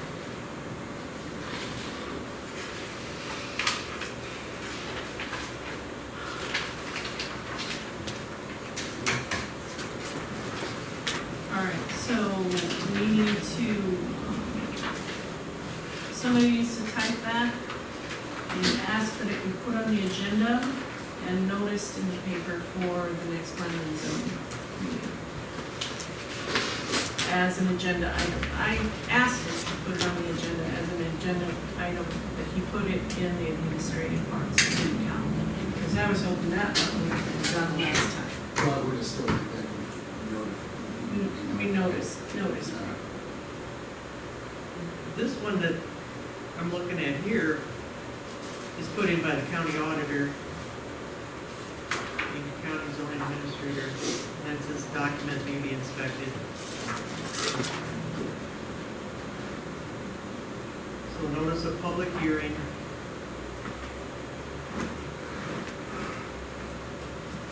So I don't know if is this something the auditor has to put in, or is it something? Yeah, Is- that's probably. Is that a planning commission hearing or a county commission hearing? This says the Yankton County Planning Commission, County of Yankton, South Dakota, blah, blah, is proposing adoption of a zoning ordinance amendment pertaining to manufactured homes, Article 9, Section 905. Permitted structures, whatever. So, I don't know if it's something that the auditor has to put in, or we just have the zoning office. This one is Well- done by the zoning office, the one I'm on, when they did in Article 26. It doesn't really matter who puts it in, as long as it gets. I don't know, I mean, But it legally, probably needs to come from the. if the auditor makes it kind of legal, because she's an elected You official. know, I think it surely would have went to the auditor after it left the planning Yeah. commission. You know, I don't know if it would matter. I don't know if it would matter on the planning commission one, but I think on the county commission. I have no idea if it was. Because the or not. auditor- I'm just saying it There's did. So- codified law on what's the auditor's You job. better find out. Okay, we want So, a copy of the proposed changes. I think so, yeah. Is minus this, you guys don't have it in front of you. I have it in front of me, my minutes that I typed up the other, or the Yeah. last working meeting where it says exactly what the changes are. Okay. That'd be sufficient. I can just delete that part at the end where it said you're talking about possibly, using similar language to section 4 regarding officially counting map. I can just delete that part off of there, and maybe I should delete the paragraph where it says the proposed change is contingent on the building meeting all of the setbacks. We discussed that as a group, No. but that's not gonna be a part of It's the not in the, language, so. in the book. Just So what we I just- will just what we take just went that through, out section, and article and I section. email it to her. And I have something, I'm reading through some of these notices of public meetings for the planning commission, and it gives, notice of public meeting, what's being discussed, where the meeting is gonna be held and at what time, but it also says the complete text of the proposed ordinance amendment pertaining to, in this case, Article 26, is on file with the auditor, Yankton auditor, and the Yankton County zoning administrator, the document, the inspector, review, or examine by any party by contacting the phone number, or it is on the website. So according to the way it has been done, it was, the proposed change was available for that hearing, and I know we discussed, it's, I think that's kind of where we're going, is we're gonna have the proposed changes available for reading, Right. and then in the auditor's office. I mean, there's Like no I reason said, not I to can- have them. What change Right, is you that? gotta think about it. What got changed? That was 26. The wind ordinance or the tower ordinance or something like that? Yeah, something like that. I was just going through. That would be after. After we were long gone, so. Yeah, that's what it says in this one here about, And that's what it says in, when it. in the- complete in the text of 2009 to. yeah. Somebody's gonna come in and say, what do you want to change? Yeah, can I just see it? We've got it, so I don't know where to go. Okay, so will she post it to the web then? Yeah. Auditor? the auditor. Okay. All right. So I think it could just be a kind of a printout like you have, each one of these and Yeah. accessory structure building definition, and then article, section 1. Yeah, there was a little, thing, about 1807 on the web, it said 12-foot sidewalk height already, and in Oh, I the written just document, checked it said 10. So I looked online, are you using, you can double check, are you using the online copy that from before December, or are you using it right now? Is it saved on your computer? Or you go- No, I just went to the web. See, because I went and checked, and it's correct on the website. So it is. So it says 10 on the website right now. Okay, okay, good. So, and that's, you need to be careful, because I actually did that, I have an old zoning ordinance saved, and it's wrong on that one. So Okay, that's another one that's wrong. So Maybe I this has just to looked, be- yeah. Yeah, if you looked at a copy that Maybe you I looked at a saved, hard copy. if you saved from before December, it's gonna be wrong, Okay. because it didn't get updated, and so it's tricky. Yeah, that's probably what. All right, I just want to make sure that it's correct when I do The it. zoning ordinance that was online, let's say back in December, it didn't reflect any of the changes that had been done from 2008 to 2018.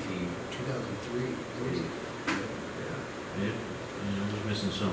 But then if it had a 12 instead of a 10 in there, that change never took place, so I don't know how it ended up with a 12 instead of a 10. Let's just say it's a typo. But anyway, it was posted online, but it was never updated with all the approved changes before it was posted online. And so that's where, like, I have a copy of that I had saved on my computer. And I think it sounds like you did, so sometimes you go to that one, not thinking, and it doesn't have all, it's not up to date, basically. I got all the paper ones, so I'll trust on that. Yeah. So, is there any, because all the times that we did this before, we never were online, we never worried about online, so how are we gonna treat the online portion of notification and making changes, because we haven't done that before, at least I haven't. At least when they did this article 26, we could put a link on there, Do you know that? because that's on, if, I don't know my Roman numerals well, but LXXII will have the website link on there in the notifications, so somebody can just go on there. So on the notification that the auditor's gonna publish, is it gonna have to say something is it gonna have to reference something on the website for them to be able to figure out where these changes are, or is, Yeah. they're just gonna click on the website and when they go to the ordinance, there's gonna be some kind of a, Yeah, if it's published online, which it'll probably be hyperlinked, if not, people would have to type in that address and just don't take them to that link. I think just as clear as possible, you know, it should be an auditor's office, it should be a zoning office, it should be on our website via a link, and, when you say on the website via link, is it gonna be one of those little, like the change, like where it shows all the meetings that are gonna happen, or are you gonna have a notice there that says, you know, Yeah. attention changes to the zoning ordinance, I that think, kind of a spot, or? yeah, I mean, I don't think South Dakota codified law specifies where it has to be, it just says, well, I don't Well, even you're think it- talking just the proposed change. Yes, I'm talking the proposed changes because we just have a temporary text on and we don't wanna put something permanent on the website for them. It should be more like where our meetings are Like a- listed, or like a where minutes. you've got that little thing on the side that says upcoming meetings or notifications or something. That's what I was wondering if I it's think in if, there. yeah, if you maybe put it in the agenda as these are the proposed changes or something. Because then it'll disappear after a certain amount of time, I'm assuming, whereas if You you, know that law, South Dakota codified law, section 1-25-1, but that only is for notification of minutes, and I don't know if that technically applies to planning commission since it's a recommendation board, but they just recommend we follow that. I'm more so concerned with once this all goes through, not wanting I think we have to publish it, it's within 10 days, and then 20 days after publishing, if it's not preferred. That is in here. So, the changes must be published once in the county legal newspaper, and the changes will take effect 20 days after publication. Right, they take effect, but it doesn't, there's nowhere, what date does it have to be updated? there's nowhere that says when this book has to Oh, be changed. there you go. That would be, And, yeah, and that's where I was wondering, and then in that new South Dakota law about posting online, I'm sure it gets, that's what I want and it just says, oh, the new one is 7-18A-25-1. It just says the, no, I don't, 7-18A-25-1. I think it just says It that, says effective 7/1/19. That's what she told us. yeah, that's effective July 1st. But I don't know when that's, how soon that has to take effect, is what he said. I'm not sure.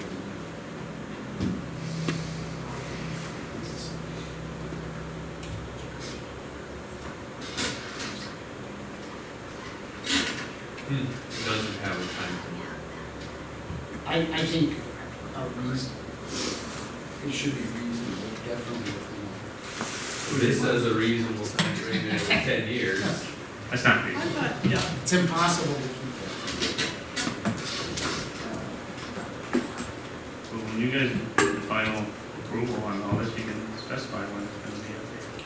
Well, I think as long as we post the proposed change, you know, as read, the proposed changes, and then if we approve it, you know, the next day, we can Well, put on there approved changes, and then once everything's updated, then I almost don't think I think we should. as long as we because got it's due referred- diligence there. Well, and it says, you know, under Article 22, number 6, you know, the county commission will hold a public hearing and they'll either pass or deny the recommendations. And then after that, number 7, if the changes are adopted, the planning commission shall prepare complete copies of the changes.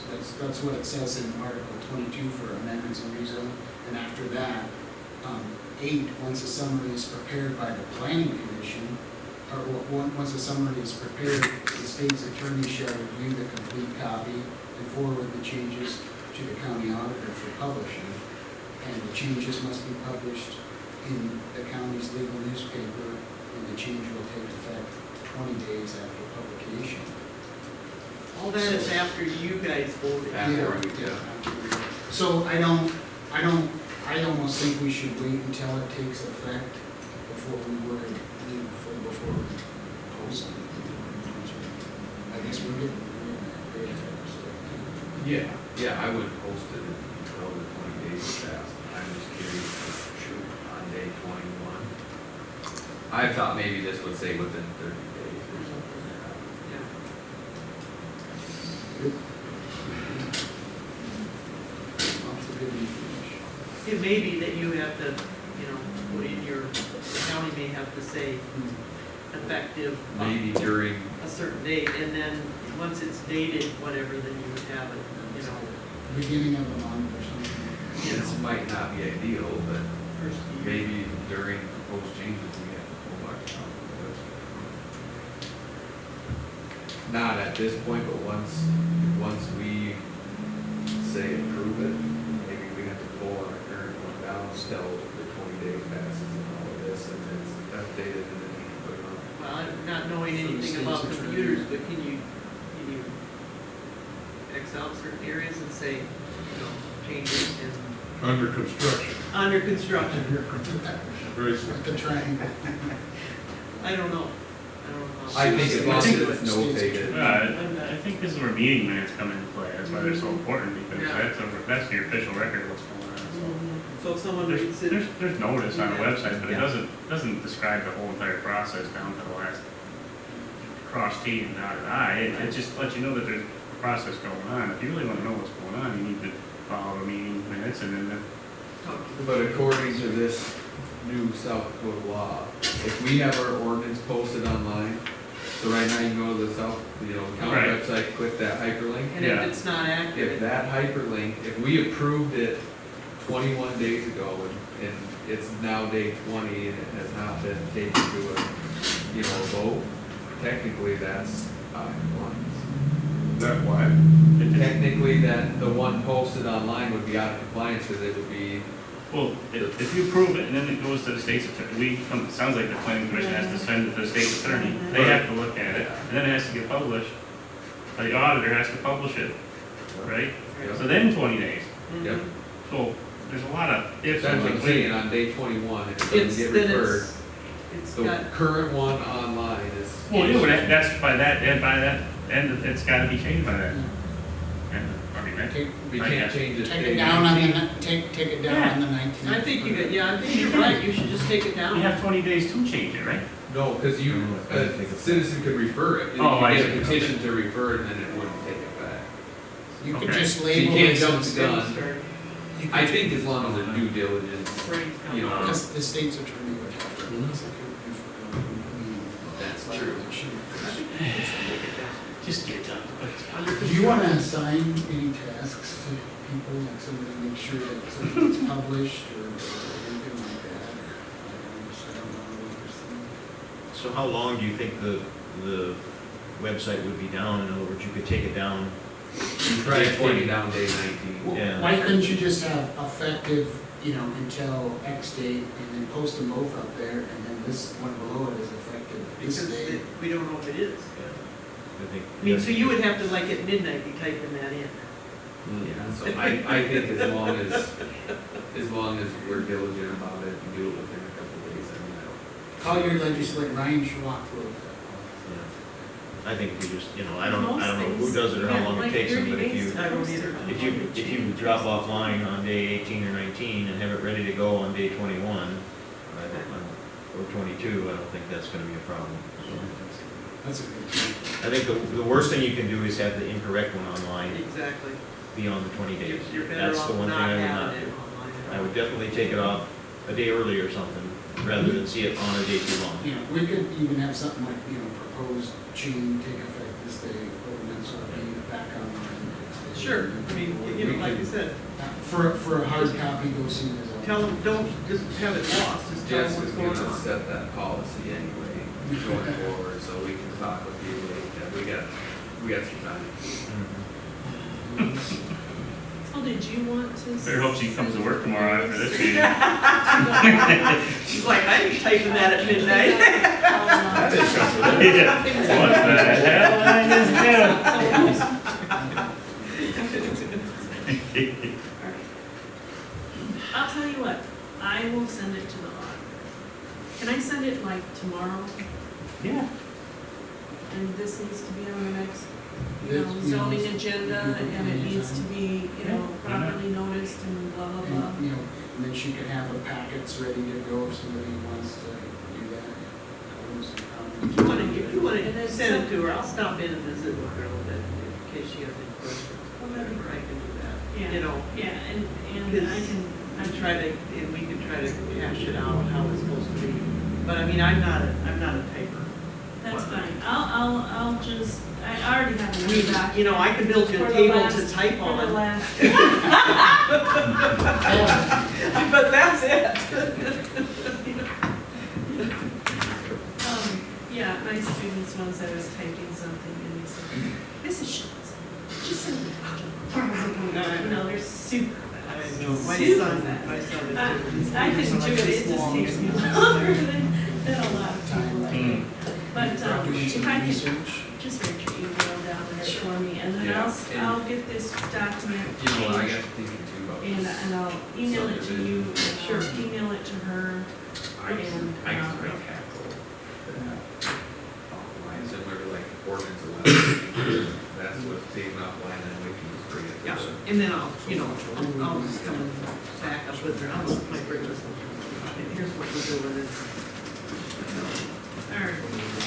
So I do think one thing we could do is really all of us could take a little homework and look at section 1809, 1, 3, 4, 7, and 8, and have some stuff written down so that if we come to a public meeting, everybody would have some input on how we would be fulfilling 1809, whether it's the comprehensive plan or any of the other parts of it.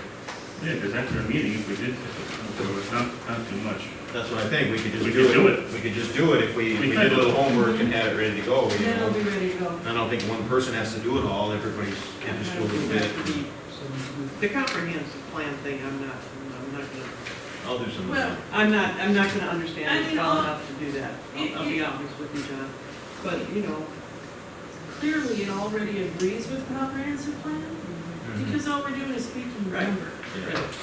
Yeah. Number on square footage is Yeah, not I gonna think make it it shouldn't be that hard, suddenly it's just that, unacceptable. we're not. It's just that they require you to do it. So we have No. Change We're not- Well, and according so, I agree with that. and it would be, the only reason I asked for everybody to do a little homework is it would be nice to have some kind of consensus on what we do and not just have this one or two people Mm-hmm. kind of deciding what this is. I think it's really nice if everybody kind of comes up with the same kind of conclusions, I guess I would say, or at least generically the same ideas. I think it would serve us well when the public's here for the meeting, if everybody has looked at it a little bit, you know. So you're taking 1809, 1, 2, and. 1, 3, 4, 7, and 8 is the ones that we identified. Right, yeah, yeah. None of them are, other than, like I say, other than 7 with the comprehensive plan, if like Donna says, she doesn't feel comfortable with the comprehensive plan, Dennis and I help make the comprehensive plan, we both feel comfortable in that, I think. And, should be able to come up with the things that it needs or that it satisfies in the comprehensive plan. It won't be 3 or 4 pages like Joyce did. Yeah.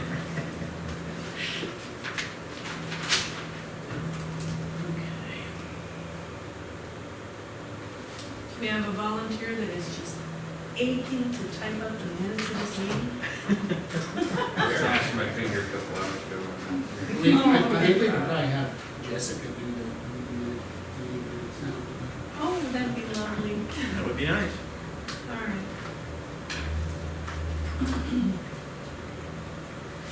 Okay, so section 1809. And we already covered section 1801. Because Got it? county commission requested that we look into updating ordinance in the assembly. So that's covered. Section 19. Let's see.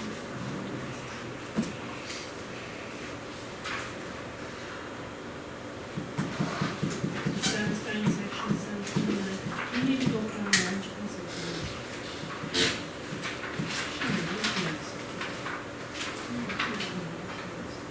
1709 is just one of the findings of fact that we're gonna use to complete 1809. Right. We're just gonna state that the meeting section 1709 is required as part of our satisfaction of the findings of fact of 1809. Yeah, all right.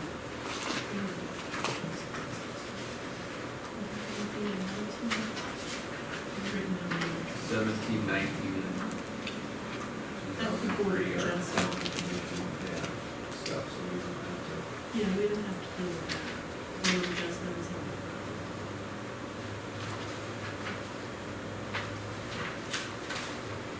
My son says that NMP, not my problem, are the three most beautiful letters of the alphabet. Remember that. If we're lucky, we can get it out of our hands technically after the public hearing, and into somebody else's hands. Fine tuning. Make sure everything is Unless it comes back for a consistent. recommendation. Yeah, send it back. I love that part when you send it back. It's my favorite part. What meeting is that? I'm gonna be very sick that day.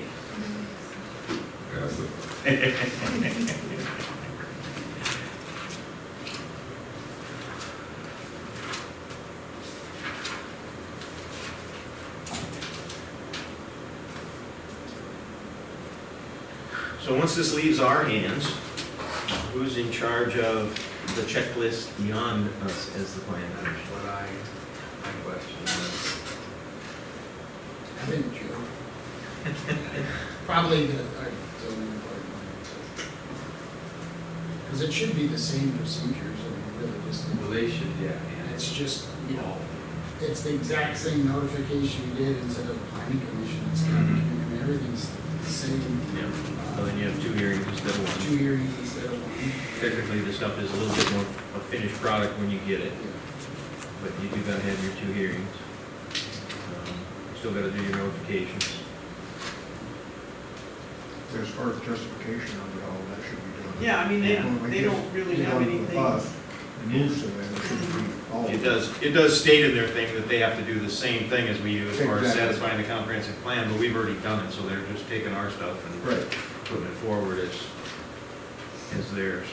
Must have original Well, idea. we do it as volunteers. You get $25 a week.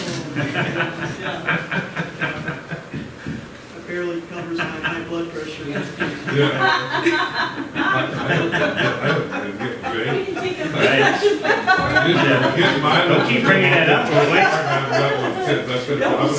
Yeah, we might start collecting, you keep bringing it up. The minute they post way back, they don't have a system for that. If anybody does want to get it out, Yeah. that $25. Yeah.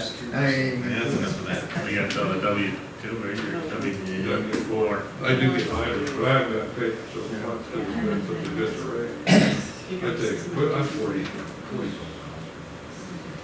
That's up to Yeah. 70 decent. I mean, this is so much better than I did, I our felt, session. I've been in town twice today already, so. $8 for doing consumption. 6 hours of work. $8. Rainy days never close. Super much. Didn't get the thing. I think so. I think we got it squared away. Unless there's somebody else got some other kind of questions or problems. What's the next? This is the eminent. Is there an area that we need to work on, I guess, for us to do our research? At some point, you're gonna have to tackle class F. Well, that was brought up last night, and I guess, if we want to do that next meeting, do our research, and just start the discussion on it. So it's okay if you guys thought it was all right to go ahead? There's a little bit of talk about that. That's what we discussed last night. Okay. And there's also a possibility with some subdivision ordinance being worked on. yeah, and that's something. But that we're not sure on that one yet, so. When you say class F, Have these other ordinances, like there's a subdivision ordinance, there's a drainage ordinance, there's a, we don't have to worry about drainage ordinance, but there's a,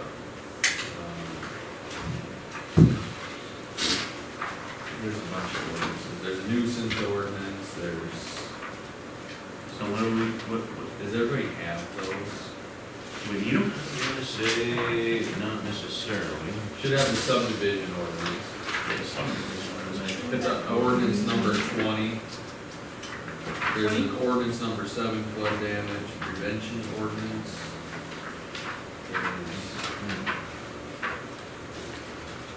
This is, and it's not part of this. Right, so you're talking about, yeah. Well, I mean, if it's not it's an not- article, it's a separate ordinance. If it's not, are they referenced in the planning and zoning ordinances?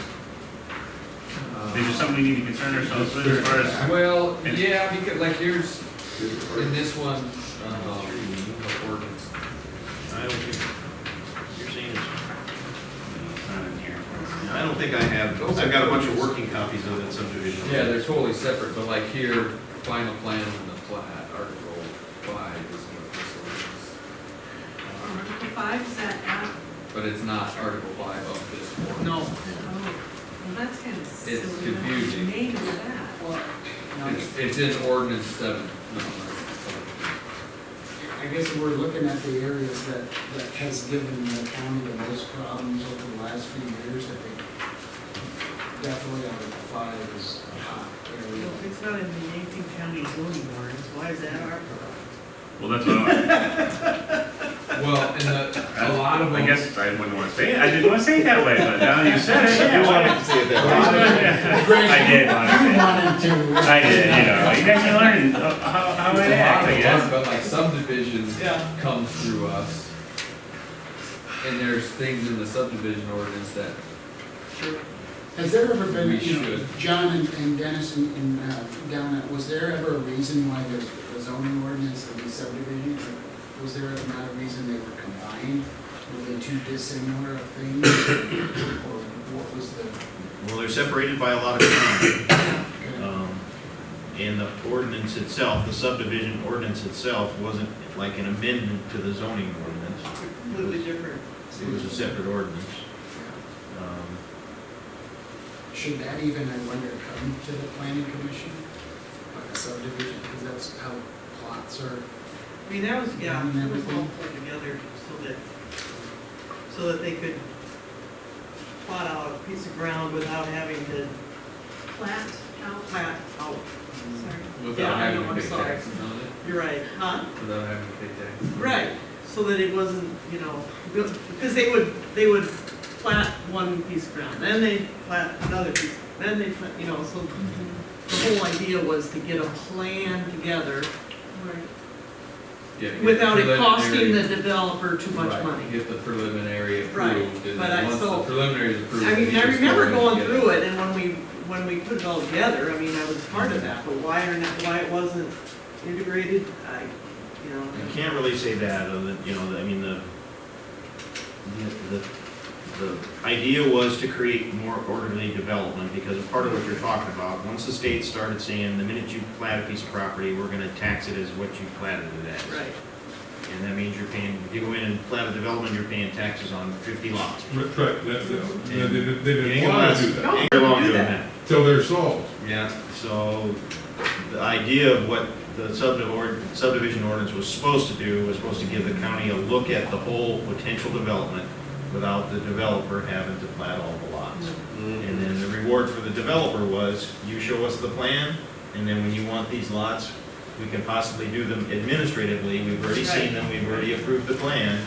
You can come in and we can sign off that your plat meets what the preliminary plan was, and you don't have to come to the planning commission.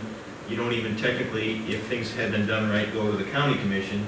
We can just sign off. Now, We've been doing it, you know, like Rankin just did, you know, the same. my only problem with it was never quite done correctly according to state law. We never did a resolution as a county commission providing that authority to the zoning administrator. I've had this argument with the zoning administrator multiple times that you've taken that authority, but the county commission has never granted you that authority. His statement is, by approving the ordinance, they gave me the authority, and my argument is, South Dakota codified law strictly lays out how that authority is given. It's given by a resolution. There's no resolution in that subdivision ordinance.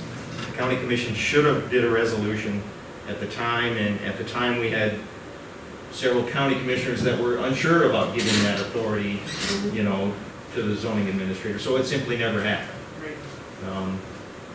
Maybe in the long run, it's never a problem. Maybe it's a problem, we've got plats out there that are approved incorrectly, I don't know. But either way, this is the way we're doing it, so. But the subdivision ordinance really shouldn't have anything that comes before the planning commission. The planning commission is not a step or a part of the subdivision. No, we've already wrote off on it. Well, and the reason I even bring that up, when the whole signs, county got all the targets on every road out there. Some private drives got them and some did not. And so we've had some questions. People say, well, I live on this private road and I never got a sign and I can't get FedEx to come here. Where's my sign? And so I think what we're gonna end up having to do is probably add that in the subdivision ordinance. When you create a subdivision and a new road, part of the process is $250 fee to the county, and the county goes and puts a sign up for you. So we ensure that it gets put up. No, no. And I was curious if that's something this board wants to address, or I'm gonna work with Paul and Mike on. That's what I was gonna say, Searchlight is probably more for it, for the emergency services. So I'm gonna work with Paul and Mike on that anyway, so. Sounds like you took care of it already. Well, in the previous incarnations of this, E911 You got it all figured funds, out, what do you need us for? 911 funds were used to pay for Can't do it those anymore. signs, but you can't do that anymore? Because that's the way that was originally done, is 911 paid for all that. Right, no, 40 years ago, when the That's firemen before hung they every decided they wanted all that. 911 at the end of our driveway. That was Yeah, 30 then you years gave a ago. little donation if you When wanted. you're, Okay. when you're in developing, somebody comes in and develops it, wants to build a subdivision, like you're talking about. So basically, it'd be just like the city does when they did Fox Run or whatever, when somebody goes in and develops all that property. Was that back on the city to put all the signage on those roads because of that deal, or was that included? The city might have did it, but They did probably that did, come yeah. at any cost to the person developing the subdivision? See, I know right now the county is not liable to put the signs on private roads or do anything with it. So if, I would normally say, not to sound like I don't care, but I would normally say, if you're not getting your mail, you should guys talk to your neighbors and developer. get your sign up. Yeah. The problem is ambulance and fire service would like it too, so, the county should not be on the hook for paying for it, but we probably need to ensure that there's a path to make sure I the don't sign know, gets the put up. Google car was in town yesterday, Oh, it so was? maybe they're already noticed. I waved at it twice, so I'm golden. I think part of the process that, what we identified too is that, again, a checklist of before you pick up your building permit, you have to, pick up your sign, and I think Well, that. you're supposed to, you're required to build a house, you're required to have a 911 address and a Well, we sign got up, so I don't know why you stacks and can't. stacks of the signs were, There's a there was a disconnect. disconnect and, they wouldn't go from here over to pick up the 911 sign, and I think. You gotta order the sign, or, you have to get the E911 address on paper, but we were issuing building permits, and there's a whole pile of signs that no one's picked up. Over at Searchlight, he showed me them. Yeah. It's a lot. There's probably 40 or 50 signs sitting there. And it's some developers and individuals. Yeah. And so that, Paul and District 3 and the sheriff, they all kind of reviewed, and there's gonna be a change for, I think it's ordinance 11 for that. And part of that is gonna be, you don't get a building permit issued until The sign's up. Paul signs off and says, I don't think we're gonna go to the extent of making sure it's up, but you have to come pick it up. I mean, I had to put it in the ditch before I built a house out there. Built 6 of them, and it's like, it wasn't even a question. But at that time, I had to get it from the highway department. yeah. Okay, so that's ordinance 11 in the subdivision ordinance? 11 That's what to you're 20, referencing. yeah. 11, 20? So, the question I didn't think anyone would have heartburn if that was all handled departments it affects, and we'll just bring the changes to this. Well, I mean, you have to put a change in the ordinance. Yeah, there will be probably changes. So you just have to give us what everyone decides to do, and then we'll vote, have a hearing and vote on the change, and, And that, I think that number 5 you were talking about, Greg, earlier, I think we'll follow that one, because now that'd be like somebody requested this. Here's the change I request, so we'll have to make sure that that's where we'll. Right. We'll go into that one. well, Paul could request it. Yeah, so you probably know it'll go on. So what do we wanna work on next? Are we gonna continue on these changes to the ordinance, or? Certainly something. Well, we got a whole bunch out here now. Is Article 5 the next biggest thing out there? I mean, is it like the elephant in the room, nobody wants to talk about it? I mean, or do you want to do something else? You know, that needs to be, it does need to be addressed, and I think we need to start discussions on that and have some public input on some of that. Wind might be more pressing. Internet, another one, Well, 25, 26. I think, throw it for out me, then, which one we can't do? You guys have to ask us what to, kind of look at what we looked at the first time, and that's what are we having the most variances, and what are we having the most stuff on? Exactly, I think that's probably the best way to So- do it. You know, One thing I gotta, what was that 5G that come up, you brought up internet, what was there was a discussion here, I think before the last meeting or something, I Where worked here. the guys came and spoke to Yeah, us? so what was their thought process? Well, they were just kind of giving us a heads up. What their intent to do is to, I took it as put up spec towers, but they said, no, it's not really a spec tower, they're gonna have basically the sold and beforehand. But the intent, or what they would like to do is place, rather than AT&T coming and asking to put up a tower, and Verizon to put up a tower, and whoever else to put up a tower, they wanna figure out what the grid system for 5G is gonna look like, and then they'll put towers up spaced accordingly, and then everyone essentially would pay them rent on the tower. Oh, this was a third party Right. type of a deal. Right. Oh. They kind of told us what 5G was gonna look like, a lot more towers, a lot Something closer. really All small. closer together, pick and one then person. this was their idea. I mean, if AT&T wants to. How come close, up with a how tower, close we were have to those look at towers that gonna as- be? And not about where they have Could be- one, we have to look at it as. Could be one in every, could be And one in I every think they corner. just were, Could be on every corner in the city, I mean, it could be thousands of feet apart. Yeah, well, that, I think they wanted to just say, Very just an impressive. FYI, in 2 years, this. Well, we- not if everybody puts one under silo or something, you know, what I mean, it's just, they're just throwing this out there. Yeah. No, I know, but we don't even have good 4G access yet. Well, there's places that probably will go right to 5G, some places. And cell phone, or we have, our cell phone. Well, some places will skip, will just go right to 5G probably from where they are.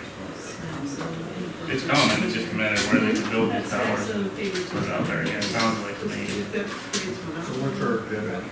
Yeah, what are we doing? Well, I think we should look at Class F. It would be What do you nice to say? find some kind of a, That was, we gotta, we have to tackle it at some point, and, nobody wants to, but, there's gotta be some, some compromises. I don't know, looking at Class F, I mean, if I had the right to just do it, I'd get rid of animal units and it would straighten Class F out right away. that's what the state does, the state doesn't use it. Just use animals instead of animal units. But if nothing else, you should be able to take part of the bottom number off. You should be able to come up with a number that's kind of an uncontrolled number, whether it's 50 animals or whatever.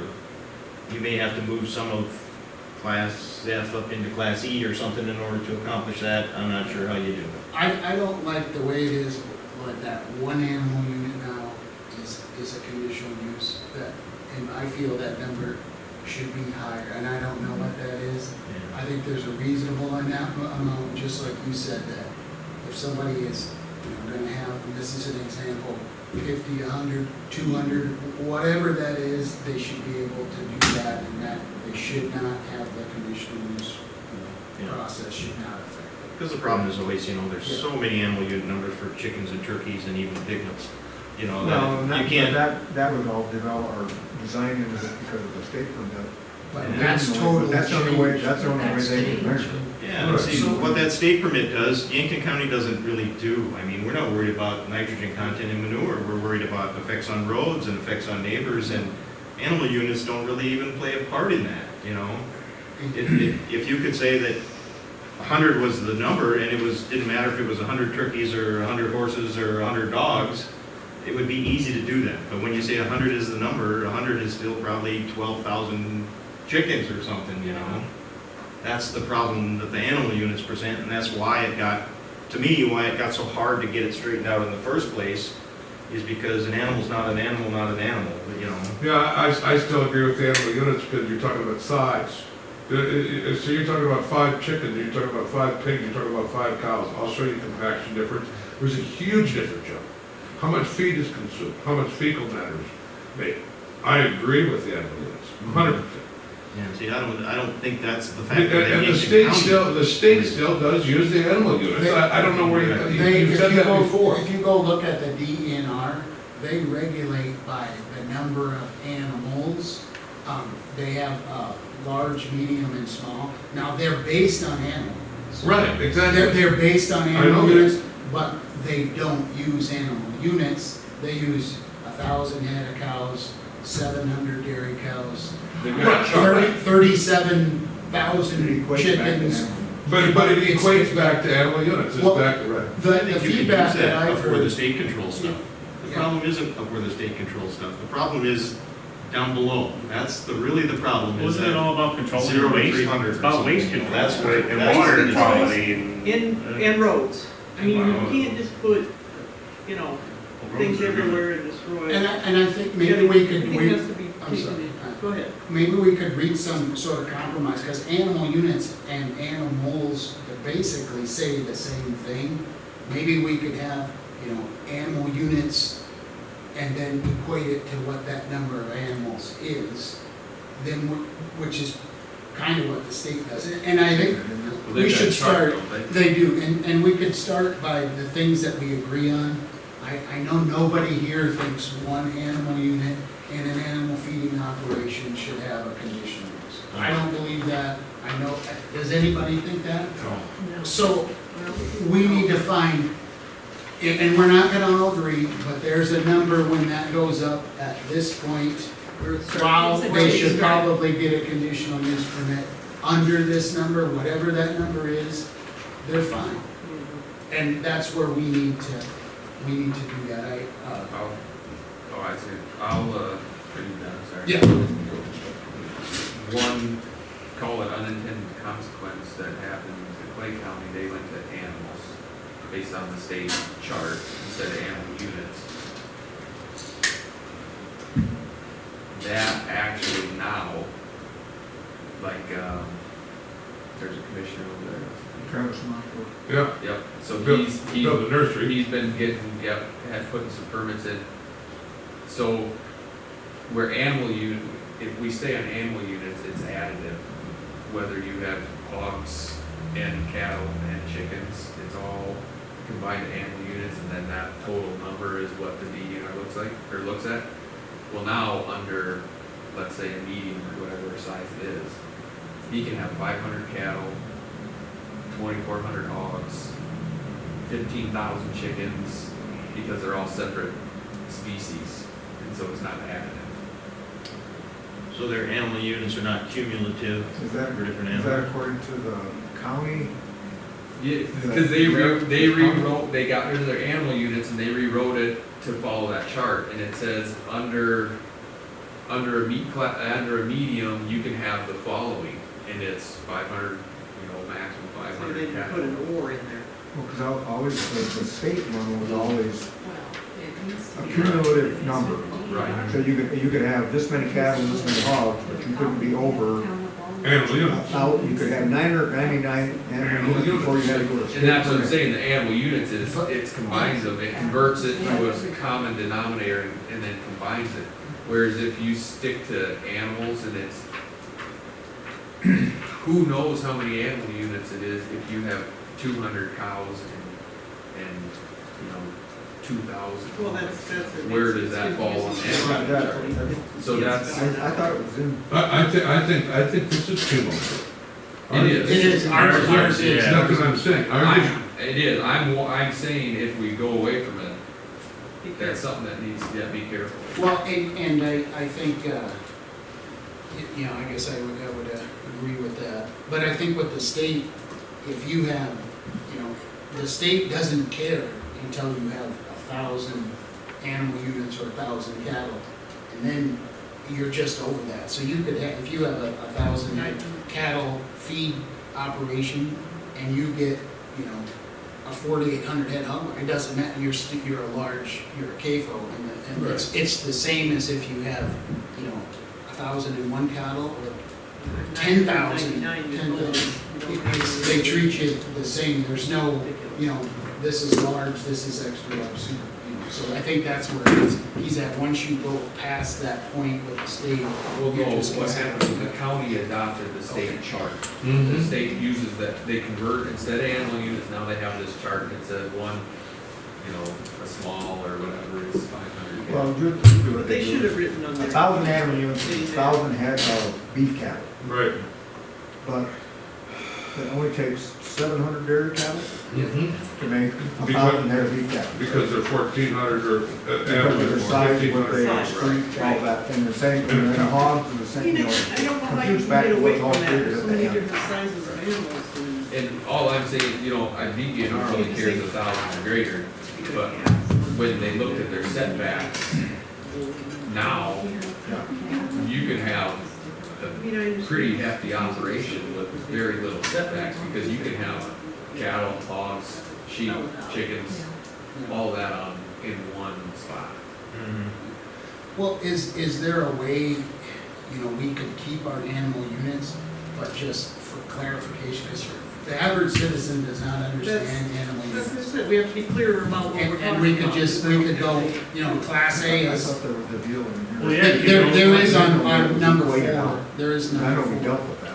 As far as in the There's a definitions, there's a conversion table that says what they all are. Right, there is, yeah. And I'm not advocating going away from animal units in the upper classes, because that's what indirectly the state uses. Yeah. I'm talking about going away from animal units in class F or below. In other words, you know, no matter what number we give, if you can have, you know, 55 turkeys for every animal unit, even if you go down to 50, that's a whole crap load of turkeys next door to you. What we would like to do for class F is, or give guys, you know, whether it's people wanting to raise 4-H animals or somebody wanting to have 30 cows or something, the right to have 30 cows without any conditional use and any setbacks.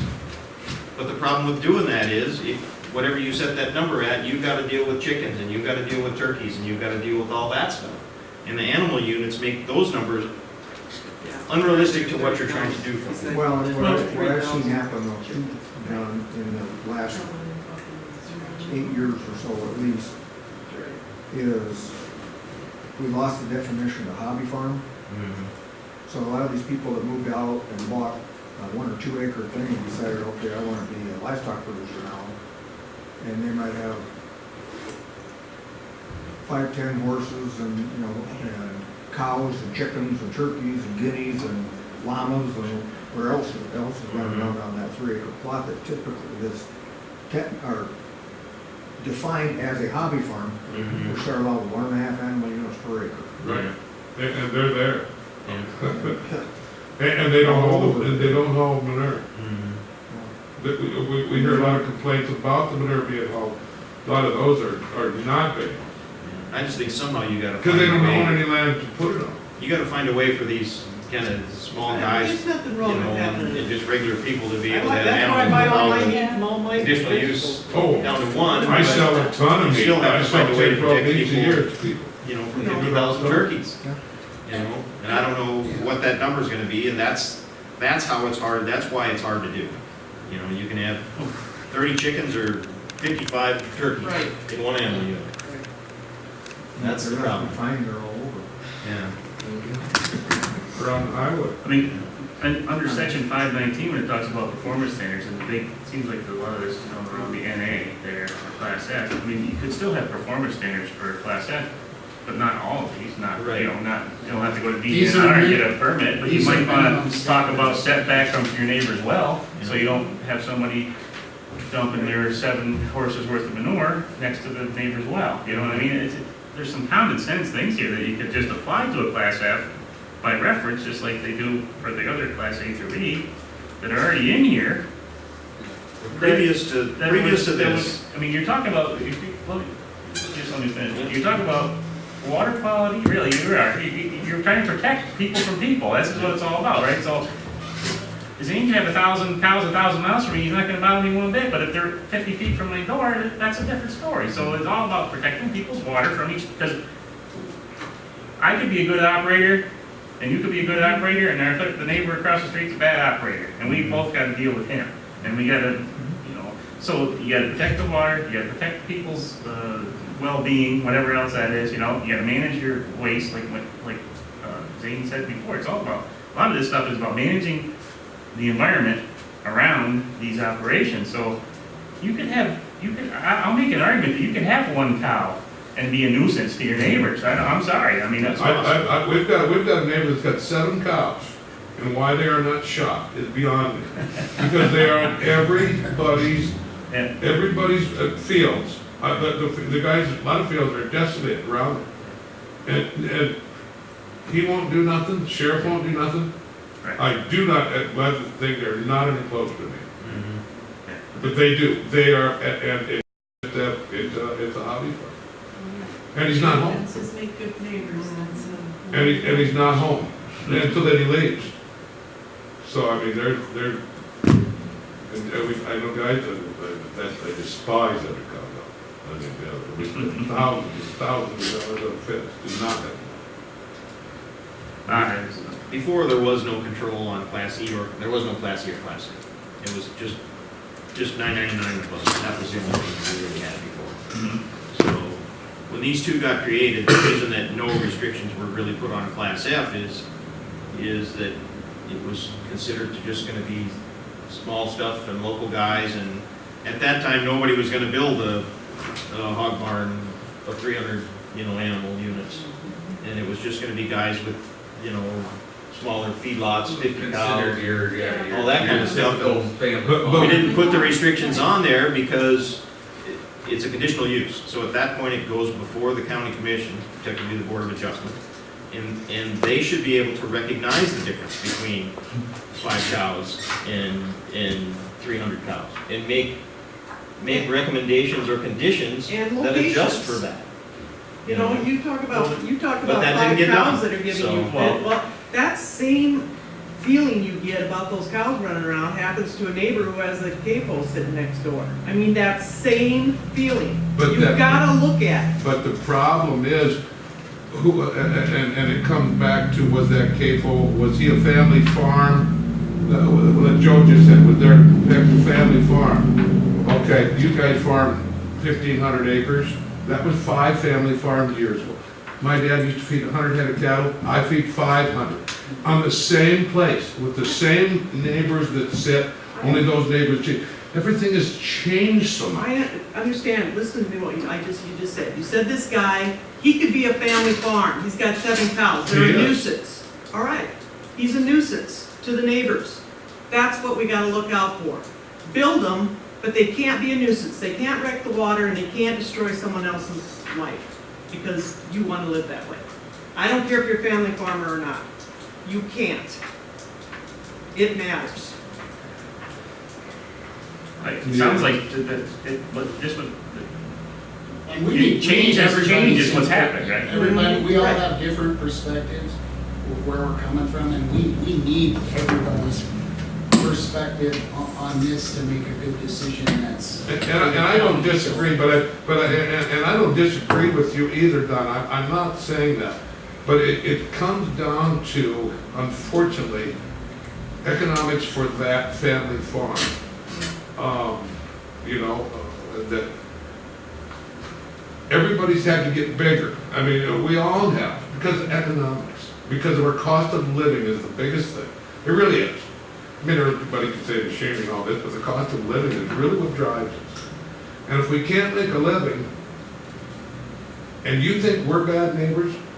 You wait till absentee landowners come in.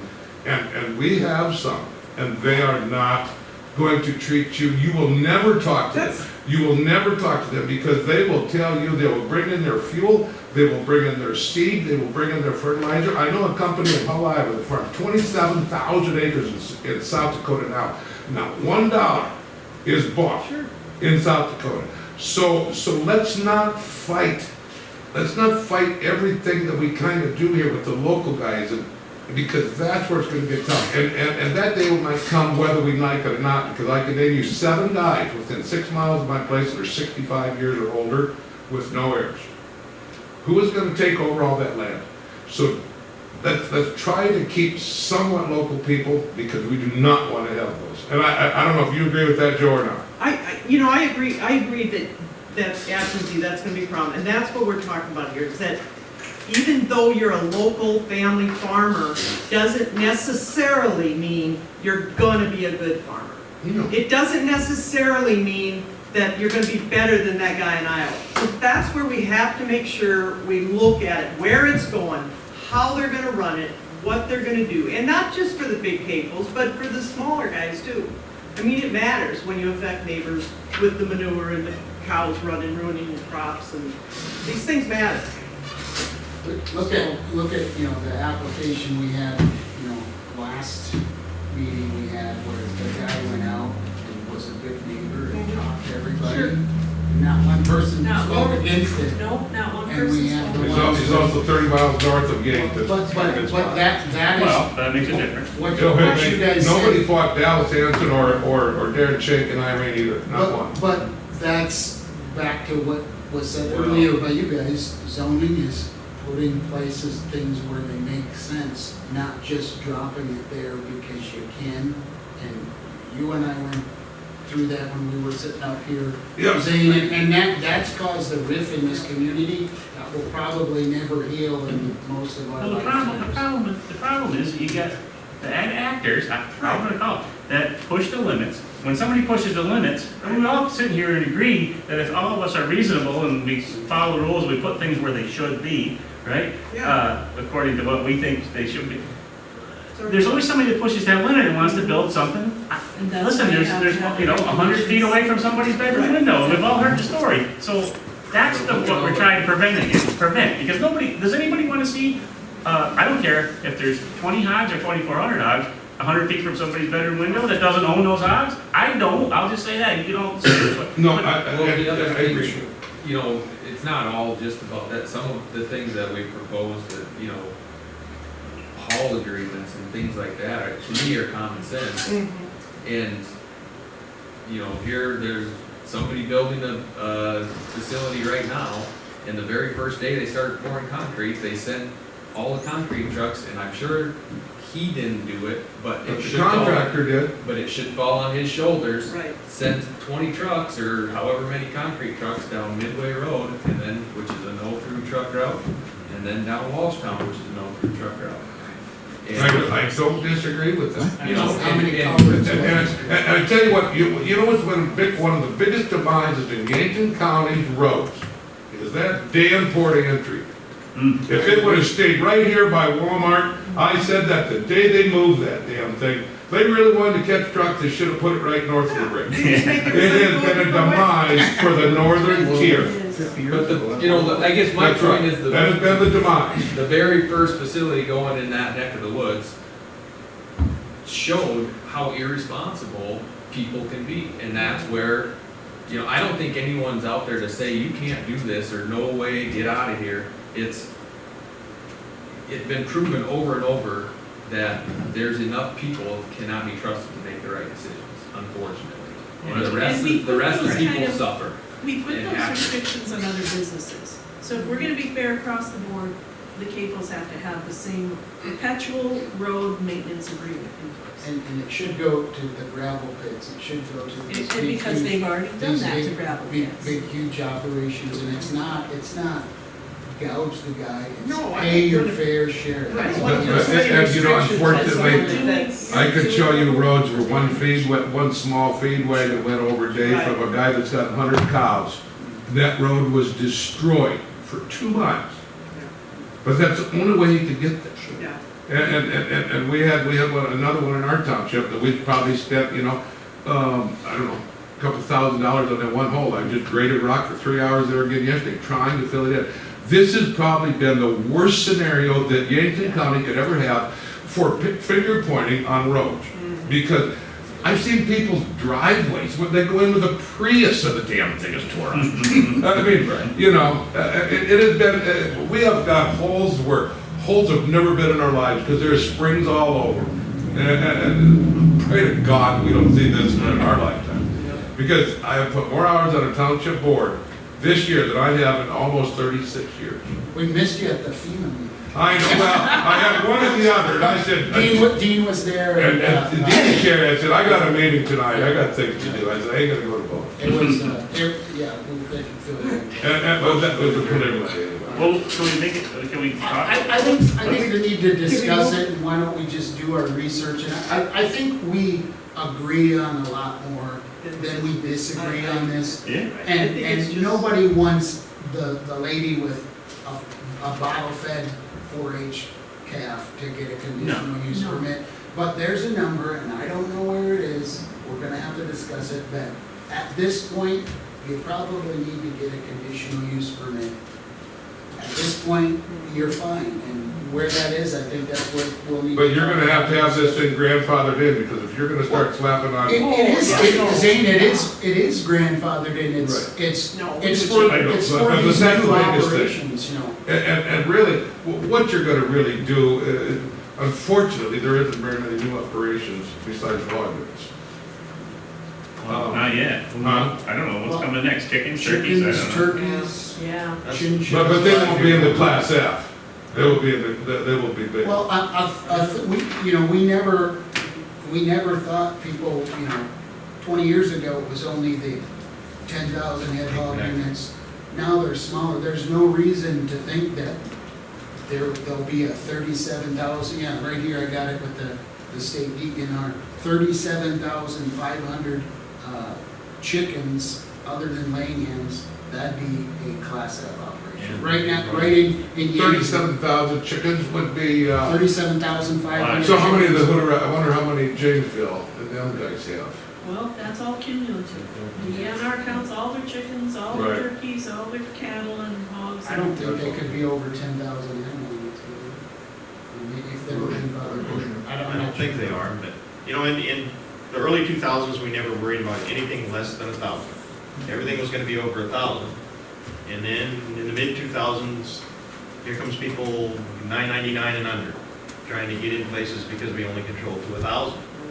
So then we moved down and we controlled all the way down to 300.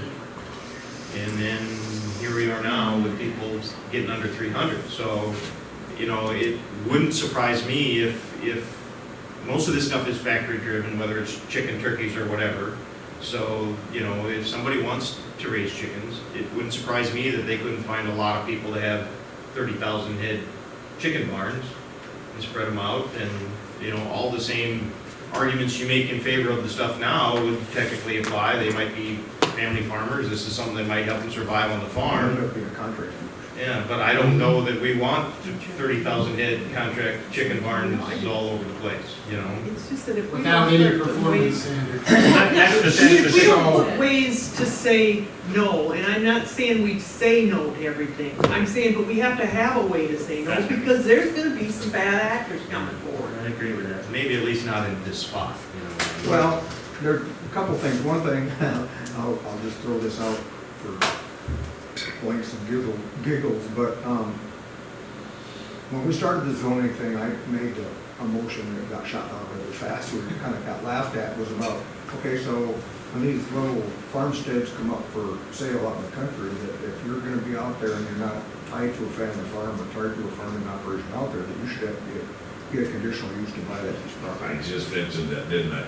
And I agree. And we laughed about it back then. I wouldn't have laughed We didn't about it. think nothing of it, but in all honesty, I saw this happen. I was on National Forest Service, and all across the United States, people came in and talked about, we've had all these hogs, we raised hogs, farrow to finish outside for all these years, and You know, the hard workers, the guy that raised hogs in Las Vegas, in town in Las Vegas. On all the garbage from all the casinos. I've seen that. I knew the guy personally, when we talked about this, and he says, you know, we never had a bit of trouble until the development moved in next to us. And he said, all it took was 4 or 5 people, pretty soon. Now, he said, they got pushed out of business.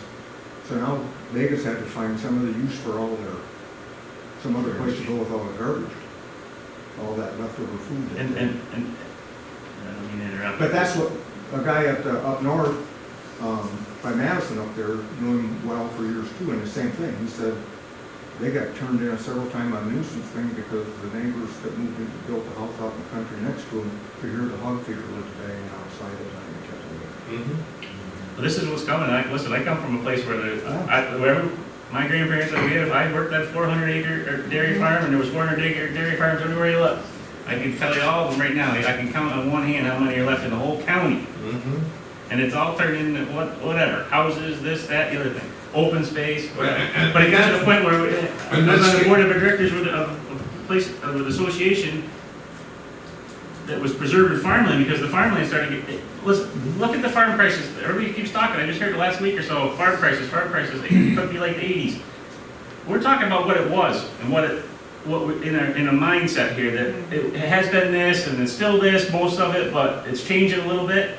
That change could come fast and furious, and if we're not prepared for it, either to protect the farmland and the farming, or to protect the people that want to move onto the acreage, because those people coming in and buying up these acreage like me, right, that live with 1,000 acres around me that's being farmed by somebody that I don't know. What if I want to put organic flowers there and they can't spray within 500,000 feet of me? You know, now what are we going to go fist fight? Who's going to do what? All these things. There's so much stuff coming up, but I think the mindset of this is what it is. Family farm is bigger, now it's smaller. It's going the other, whichever way it's going. It's all going to change. It's all. I guess that's my point. Urban sprawl it's scares all going to change. Urban sprawl scares me because the largest thing that is eating up our farmland today. I mean, it's around 11. I think we're losing about 11 million acres a year. Drive the T. Yeah. Right? We've all seen it right here. And it's a scary thought because every great nation that has gone demise is because of food and people. And so we have a very rich nation that builds big houses and big lots. And it's a problem. And like I've said in other meetings, there's counties up by Minneapolis that have 3 farmers left on it because of urban sprawl. All the people that are making $1 million in town, I can drive 40 miles. My wife can work from home because we've got 5G now. Right. She doesn't have to go to work. That's right. Or I don't have to go to work. I can do my job from right here. And they're really diligent. 5 farmers in a county. I don't want to do that. But to me, the answer, just as it is with livestock operations, the answer is not no. And we need to embrace our agriculture in this county. And we need to figure out how to make it work for the majority of people, let's call it. We need to protect agriculture. We need to protect the livestock producers from some of that urban sprawl. But just like saying no to CAFOs is not the answer, saying no to people living on their own property is not the answer. Right, no. And it's our job on this board to think outside the box, and maybe this ordinance right here needs a major overhaul instead of just a couple tweaks. But it's our job to make sure that people on 5 acres or 7 acres can live just fine with people raising 5,000 head of hog right next door. And we know that this person is going to have as minimal impact as possible on this person, and this person is going to have as minimal impact on this person. And so the answer is not no, and it's not no, it's figure it out. Our job is to think outside the box. And everybody's got to follow the rules. Right. You know, it's like Don said about the guy with 7 thing, talking about the guy with 7 cattle, and I can take you several spots across the county. Right. That DER needs to call and turn them in. That will fix. And the important thing to realize too, and then DENR under no circumstance even has the authority to shut down an animal feeding operation at all. You know, Ken Woodmansey came into this room and said that it'll go to the court. All they do is send out a letter that says don't do that. And I agree with you that, you know, when we're doing these permits, we need, you know, it needs to be perfectly clear what the Right. expectation is with people. And then there's no problems, you know, if you, But I the do know- handshake agreements. I do know of of two specific incidents, people that I do business with, that got turned in because of some stupid thing. And they didn't get put out of business. But what they did is they came and, okay, now you're no longer grandfathered into to the thing at the Class E at the time thing. Now you have to develop a nutrient management plan, you gotta do all your soil testing, and they didn't stop them from doing what they were doing, Right. but the burden got really busy the day they showed up, because it was like, well, we were, you know, it was back in '92, when we were so wet that spring of '92, it was terrible wet, everything was flooded, not quite as bad as you sure, but really bad. And their pits were full, and no place to go. And of course, you know, the first thing them guys came and told them was, well, you should have contacted us, we have access to these big tankers that we could have brought in, wonder what that looks like. Big tankers in on the road, they sure tried to haul her out with Well, them. the thing about is this, we're gonna talk about acreages and the farm and all that, but it's like, just like we have restrictions on capos and we're gonna try to, you know, or livestock, large guys, we gotta have restrictions on the small guys. And I mean, it doesn't mean a conditional use, but it means you have to have a plan for your manure, you have to have a plan for, you know, where, because these hobby farms, we call them, that are moving out there and growing their own vegetables and having a few hogs and a few cattle, you know, they are family farmers too. True. They- And most they're of not- 90% of them, they're great people. Let's get them to grow. I mean, let's get more of those. You know, I'm not saying a bunch of 5-acre plots. I'm saying, you know, maybe we can get some more young farmers out there doing these, starting small. But we have to have restrictions. We can't just let them do. You know, Right. it was funny, we had a neighbor that bought an acreage, and he was gonna be, him and his kids, and 4 kids, adult kids, gonna go vegetables, they spent thousands, pipelines, waters. That's for 1 year. It's a lot of work. The That's the hardest way to make a the living. kids all left, the parents ended up selling the place to one of the kids, all it is weeds. Yeah. It is a huge amount of work. Yeah, that's a hard way to make a living. It is. Very labor intensive. They were just gonna do it on evenings, yeah. Yeah, they don't wanna work nights or weekends. It gets hot too.